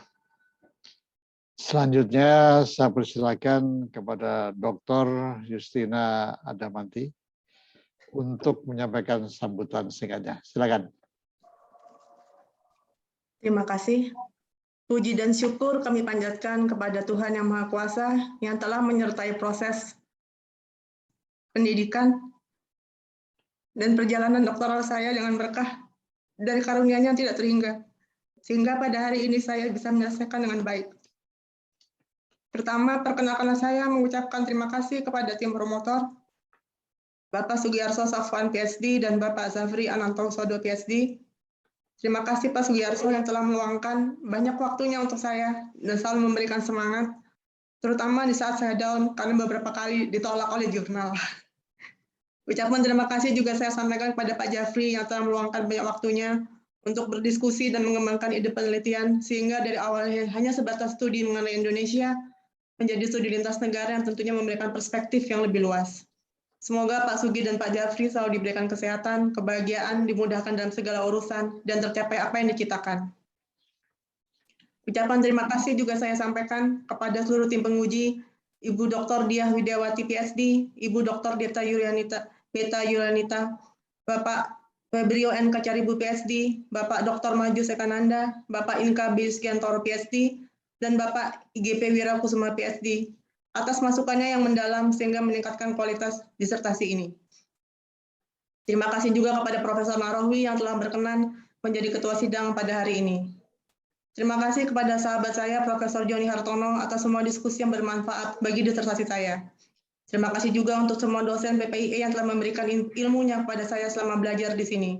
Juga untuk Mbak Mila dan seluruh staf akademik dan administrasi PPIE yang telah dengan tulus selalu mensupport dan membantu kelancaran studi saya.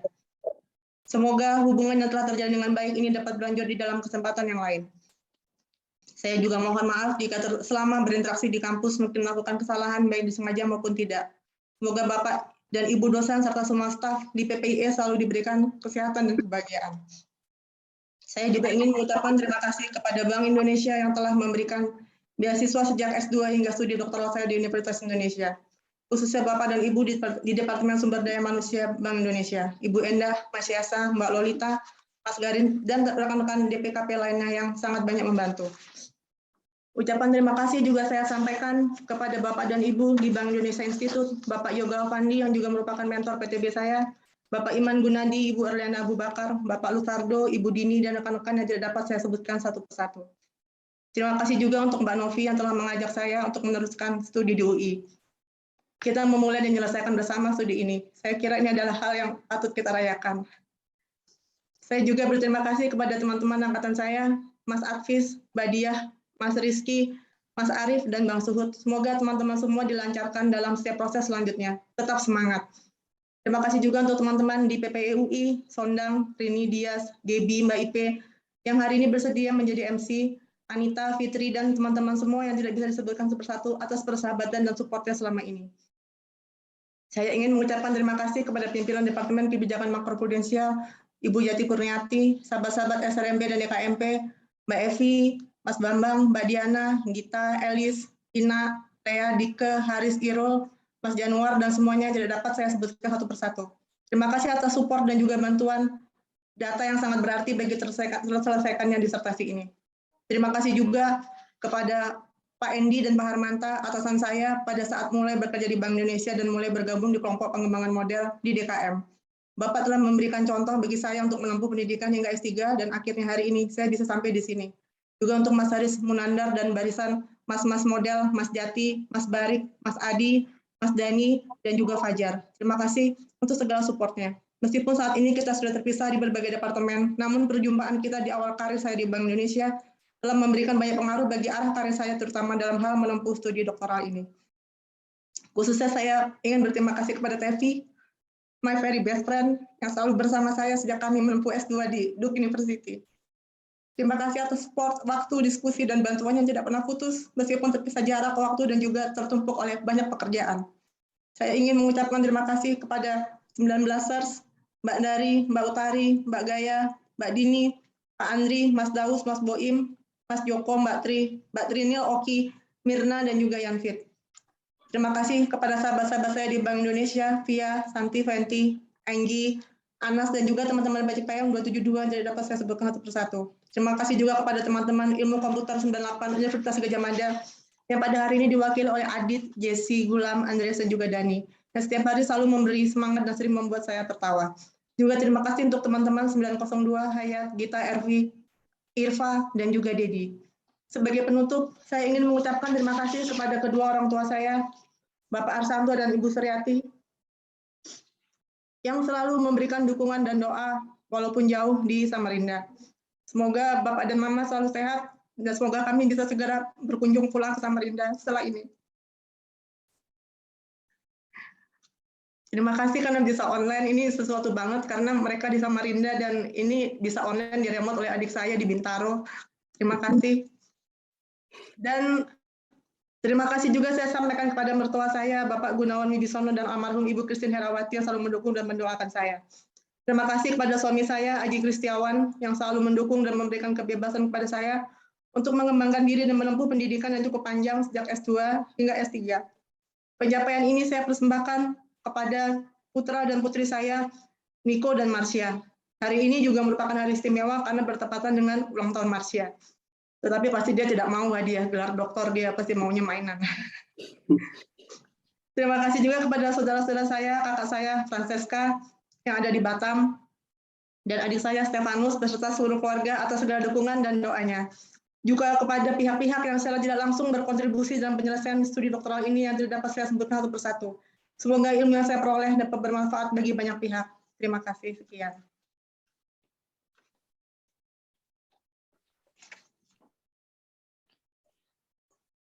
Hadirin yang saya hormati, Dr. Justina Adamanti ini adalah Doktor Ilmu Ekonomi Fakultas Ekonomi dan Bisnis Universitas Indonesia yang ke-132. Akhirnya, atas nama pimpinan Fakultas Ekonomi dan Bisnis Universitas Indonesia, sekali lagi kami mengucapkan selamat kepada Dr. Justina Adamanti atas gelar yang baru saja saudari peroleh. Selain itu, kami juga mengucapkan selamat kepada keluarga besar Dr. Justina dan selamat juga kepada semua koleganya di Bank Indonesia dan di Universitas Gadjah Mada. Wallahul muwaffiq ila aqwamit thoriq. Wassalamualaikum warahmatullahi wabarakatuh.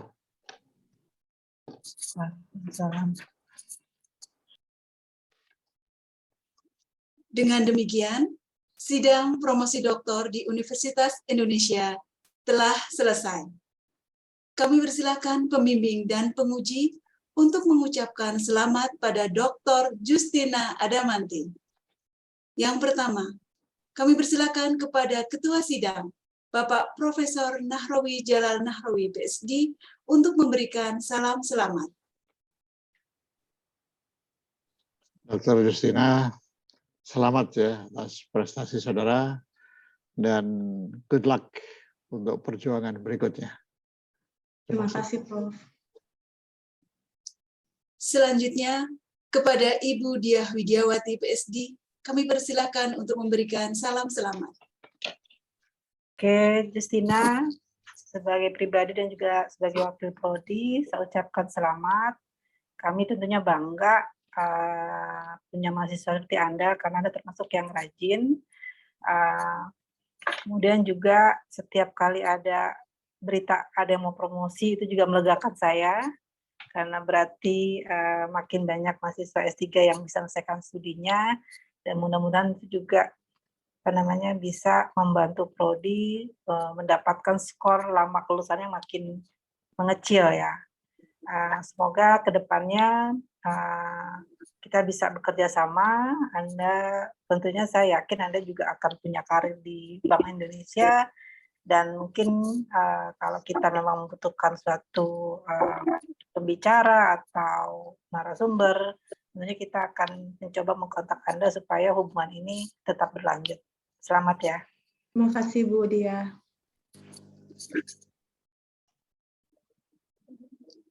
Baik, selanjutnya kepada Ibu Dr. Beta Yulianita Gitahari, kami persilakan untuk memberikan salam selamat.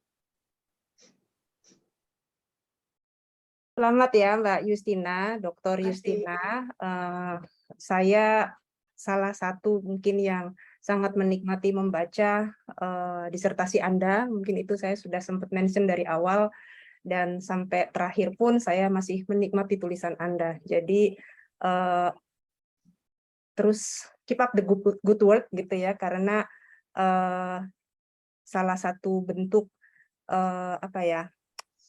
salah satu bentuk ejawantah dari seorang scholar adalah tulisan. Jadi Anda punya modal yang bagus gitu ya. Moga-moga apa yang Anda peroleh pada hari ini bisa membawa manfaat ke depan di karir Anda. Sekali lagi selamat ya. Terima kasih Bu Beta.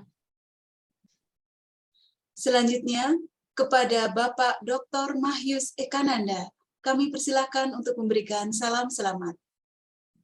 Selamat Mbak Justina, semua yang sudah Anda peroleh selama pendidikan di PPIE semoga menjadi bekal yang bermanfaat, terutama menghadapi krisis demi krisis bangsa kita yang kadangkala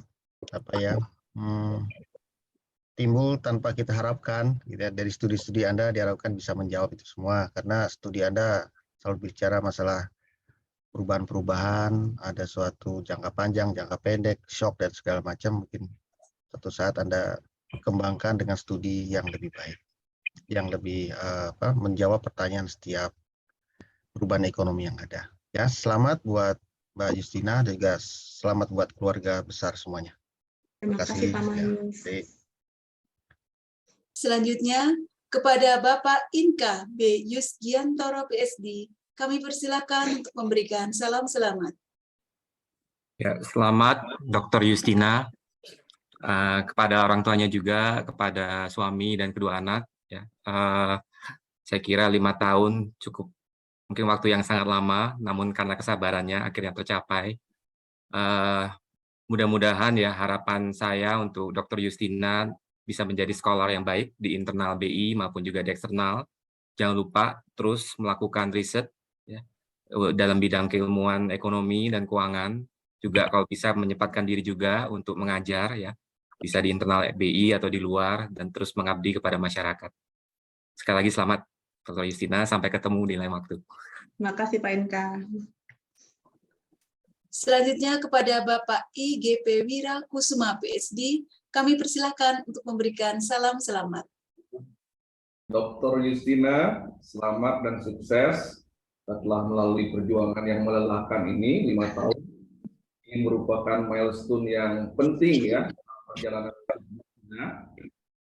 Kami di Bank Indonesia sudah tidak sabar lagi menunggu kehadiran. Mari kita sama-sama berkontribusi untuk negeri. Terima kasih, selamat dan sukses Justina. Terima kasih Pak Wira. Selanjutnya kepada Bapak Zafri A. Husodo, PSD, kami persilakan untuk memberikan salam selamat. Dr. Justina, selamat ya. Setelah perjalanan diskusi yang panjang dan penuh argumentasi ya, akhirnya alhamdulillah hari ini bisa meraih doktor. Saya ucapkan selamat juga untuk keluarga dan selamat menikmati pencapaian ini bersama keluarga. Kemudian semoga pencapaian ini dapat menjadi inspirasi ya untuk calon-calon dokter yang lain, dan juga jangan lupa untuk selalu berkarya dan kalau bisa ya sampai publikasi begitu ya. Baik, selamat sekali lagi Justina dan keluarga. Terima kasih Pak Jafri. Dan yang terakhir kepada Bapak Sugiharso Safuan PhD, kami persilakan untuk memberikan salam selamat. Oke, selamat untuk Dr. Justina Adamanti. Terima kasih Pak. Hari ini bisa tertawa lega dan patut dirayakan. Dan saya senang sekali atas pemberian ini. Si Wajang tak kenal lelah itu selalu memberikan inspirasi kepada calon berikutnya. Selamat juga kepada ibu bapak, keluarga, anak-anak, suami, dan seluruh support tadi luar biasa supporternya di Bank Indonesia dari UGM, teman-teman satu dan banyak pihak. Itu menunjukkan bahwa Justina tidak hanya kutu buku, tapi juga punya sekali. Saya ikut senang dan saya yakin teman-teman tadi sudah pada japri ingin tahu lebih banyak bagaimana belajar di UI. Ini adalah satu capaian yang bagus. Dua, jadi Justina dan kebetulan saya juga menjadi Novi ya. Dua-duanya ini adalah contoh bahwa di UI kalau bekerjakan dengan serius bisa cepat dengan sekolah di luar. Saya kira ya, ini selama ini kan lama di Indonesia, tapi Justina dan Novi telah membuktikan itu. Terima kasih atas kerja kerasnya. Selamat sekali lagi, sukses dulu dan senantiasa sehat dan menjaga kesehatan. Sekian, terima kasih. Terima kasih Pak Sugi. Sama-sama. Ketua Sidang, tim promotor dan tim penguji sudah dapat meninggalkan ruang promosi. Tapi jika berkenan, tetap dapat tinggal bersama untuk ramah tamah dengan para tamu. Akhir kata, kami ucapkan selamat sore dan terima kasih untuk Bapak dan Ibu yang sudah hadir meluangkan waktunya untuk dapat menghadiri secara online ujian promosi doktor Fakultas Ekonomi dan Bisnis Universitas Indonesia. Kami berikan tambahan waktu 15 menit kepada para tamu untuk dapat memberikan ucapan selamat kepada dokter baru. Selamat Justina. Itu lagi ya. Selamat Justina. Terima kasih Bu, terima kasih. Pamit ya. Yang pertama kami berikan kesempatan kepada Ibu Sri Endah Susilo selaku Deputi Direktur Departemen Sumber Daya Manusia untuk dapat memberikan salam selamat. Terima kasih mewakili Departemen Sumber Daya Manusia Bank Indonesia. Kami turut bangga atas pencapaiannya Dr. Justina Adamanti setelah 5 tahun up and down ya Dok. Naik turun seperti roller coaster, kami menemani Dr. Justina. Sekali lagi atas nama Bank Indonesia, Departemen Sumber Daya Manusia, kami mengucapkan selamat. Semoga membawa berkah baik untuk Dr. Justina sendiri bersama keluarga, juga bagi lembaga Bank Indonesia. Sekali lagi selamat, proud of you dokter setelah 5 tahun. Terima Bangga. kasih Bu Endah. Selamat ya. Berikutnya kami berikan kesempatan kepada Bapak Harmanta untuk memberikan ucapan selamat kepada Dr. Justina. Mbak Justin, selamat ya atas gelar doktornya. Saya kira Mbak Justin sudah bisa menyusul seniornya ya di kelompok model Bank Indonesia. Nah, saya sangat bangga dan bersyukur. Lagi Terima kasih. Semoga bermanfaat untuk bangsa dan negara. Terima kasih. Terima kasih Pak Armanta. Berikutnya kami persilakan kepada Profesor Joni Hartono untuk dapat memberikan ucapan selamat kepada Dr. Justina.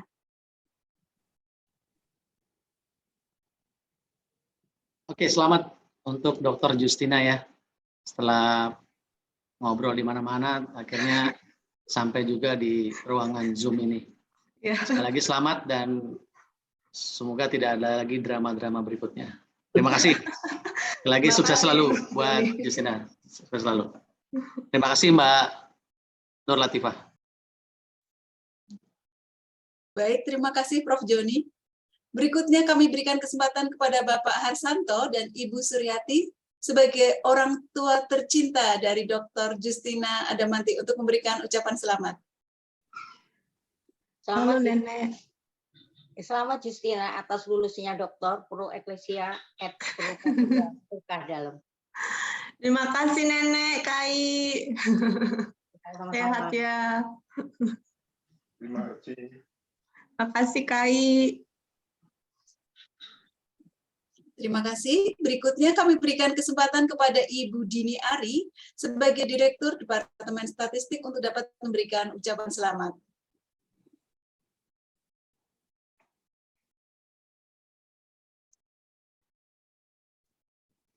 Berikutnya, kami berikan kesempatan kepada Ibu Ndari selaku Deputi Direktur Departemen Kebijakan Makroprudensial untuk dapat memberikan ucapan selamat.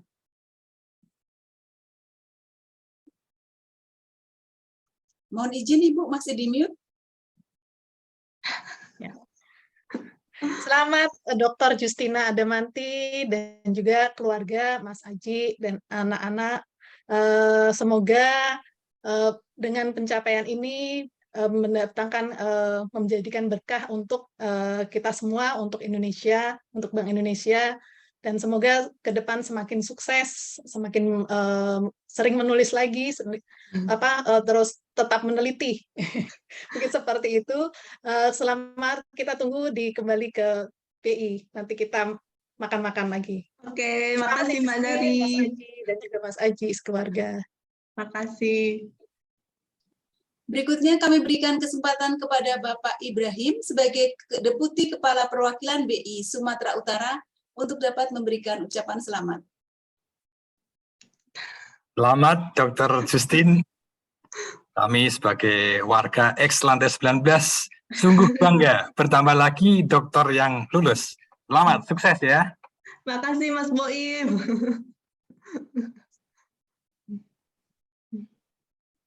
Berikutnya kami berikan kesempatan kepada Ibu G.A. Diah Utari sebagai Deputi Kepala Perwakilan BI Denpasar untuk dapat memberikan ucapan selamat. Halo Mbak Justin, selamat ya untuk Mbak Justin dan keluarga besar sudah meraih gelar doktor. Sangat membanggakan buat keluarga dan buat kita grup 19. Keren. Terima kasih Mbak Tari. Terima kasih. Berikutnya kami berikan kesempatan kepada Ibu Tri Yanuarti sebagai Deputi Direktur Departemen Kebijakan Ekonomi Moneter untuk dapat memberikan ucapan selamat. Adikku sayang Justin, sukses ya. Kami ikut bangga menyaksikan perjuangannya yang sudah paripurna di hari ini. Semoga pencapaian doktornya menjadi kebanggaan untuk keluarga dan juga memberikan berkah, tidak saja buat Justin, tapi juga untuk Bank Indonesia dan juga Indonesia, negeri kita tercinta. Terima kasih. Terima kasih Mbak Tri. Terima kasih.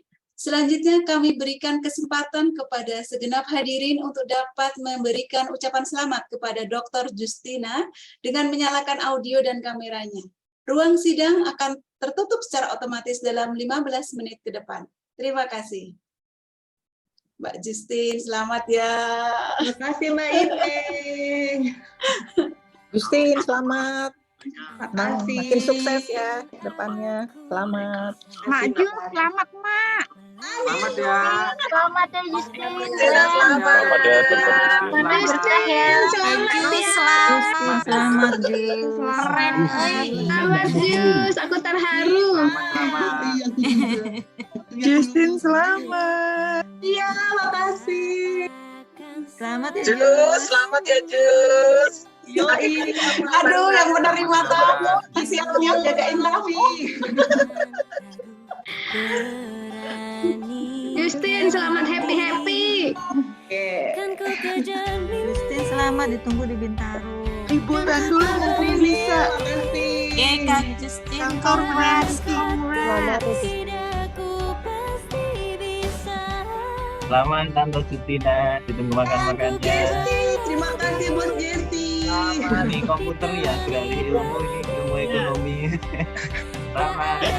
Selamat sih Jess.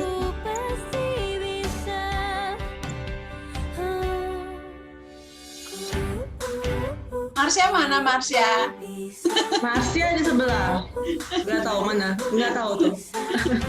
Dia udah dandan mau ulang tahun. Oh iya. Langsung dirayakan ya, sekalian ulang tahun.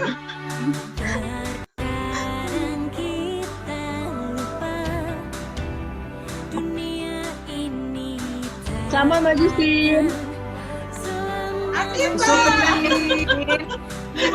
Lagi MC berikutnya lagi siap-siap dandan. Oh, ada. Jam 5. Jam berapa nih? Jam 5 ya? 4:30, bentar lagi.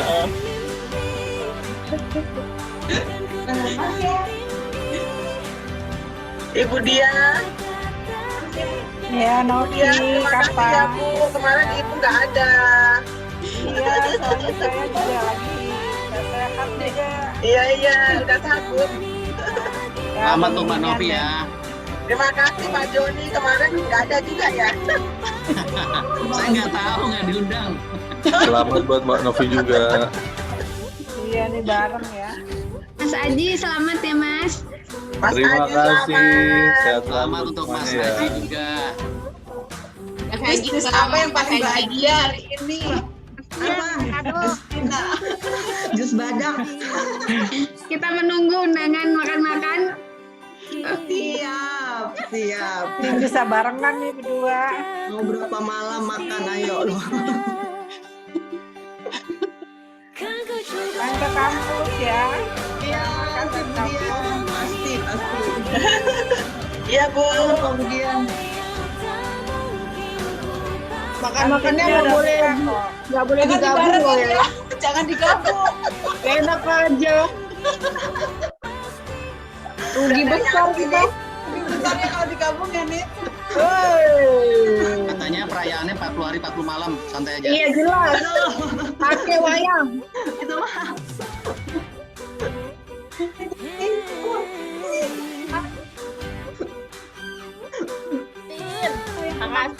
Selamat ya. Itu PPG ganti dong, Promovenda namanya diganti dokter, itu udah nggak Promovenda lagi tuh. Oh iya dong. Nggak sempat ngedit. Karena tadi pas break ya, langsung di switching. Nanti mendahului Pak Narowi kalau langsung di switching. Habis Pak Narowi ngomongin. Pak Mali nanti. Akhirnya dari O jadi PQ R ya Justina ya. Itu Kan tadinya kan tadi harus habis huruf O bergeser terus jadi R. Promovenda apa? Huruf kedua setelah D. Oh, astaga. Jangan gitu dong Pak, Prof. Kan menggeser huruf O jadi R itu berat.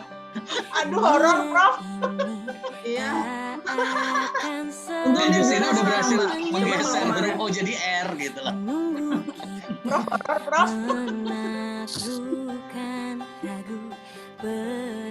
Mbak IP udah selesai ya Mbak IP ya? Prof kalau udah selesai pasti Prof tahu dong. Cukup Korea aja ada dramanya. Ya Mbak Budia ya, di PPI jangan ada drama, cukup PPI Korea aja dramanya. Iya. Gak usah ikut-ikutan ini drakor.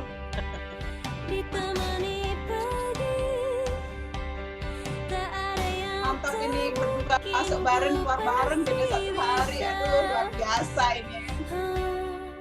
Katanya harga jus lagi turun, katanya banyak diskon hari ini. Kecuali Justina. Harganya naik tinggi langsung. Udah dijual ya, udah dijual. Demandnya soalnya langsung naik kan. Langsung naik. Iya. Langsung diperebutkan nih. Ayo Bos Joni, kapan katanya mau buat buku? Ah. Ya. Jangan-jangan Saya kaget ada juga buku. lah Justina hari ini tiba-tiba kasih tahu udah selesai aja. Kalau ngasih tahu masih selesai kan gimana, sedih juga pasti. Janganlah, harus semester ini. Nanti Mas Joni bingung mengisi akreditasinya kalau Masih angka 3 kayak sekali-sekali ya Budia ya. iya. Jangan 5 melulu, 3 kayak Nah atau ini 4 coba gitu. nih, yang ini nih, Mbak Ipe, Mbak Anita. Kasihan Mbak Ipe sama siapa tadi tuh? Ya. Oh iya benar. Karena Saya dia punya isi utang orang ya. akreditasi.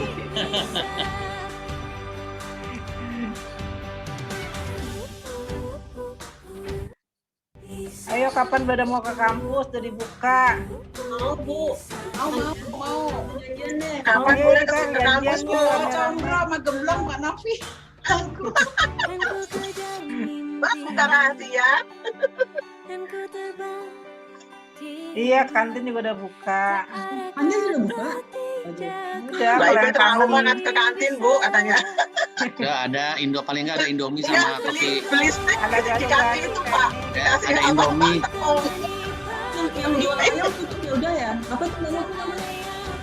Udah, ada yang masih kangen. Yang kangen sate.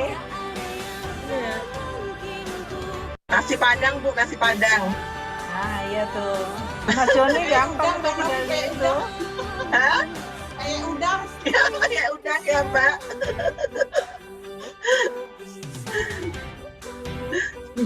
Mbak jangan berisik lagi, Mbak Ipe. Ini aku bisa tidur malam ini, Mbak Novi. Ini biasanya Mas Joni paling ini nih, paling rajin nih kalau misalnya jadi panitia kumpul-kumpul nih Mas Joni. Sekaligus Gitu ya, sponsor. Ayolah, ayo Pak Joni. Belum Ya pernah dong. ngerasain ini kan profesornya Mas Joni. Oh iya, ditagih. Nah, iya. Jadi kita bisa 60 Wah, Bu Dia kalau kita traktir 2 orang ini rakyat jelata traktir sultan, repot kita ini. Yang ditraktir saya aja deh, Pak.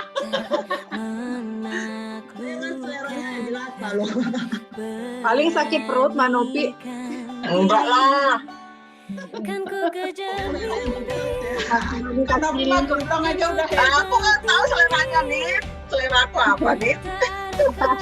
Yang penting ada kerupuk. Oh iya. Ada kerupuk mah mesti ajak Pak Fit tuh. Dia nggak makan apa-apa, nggak apa-apa, ada kerupuk aja. Iya.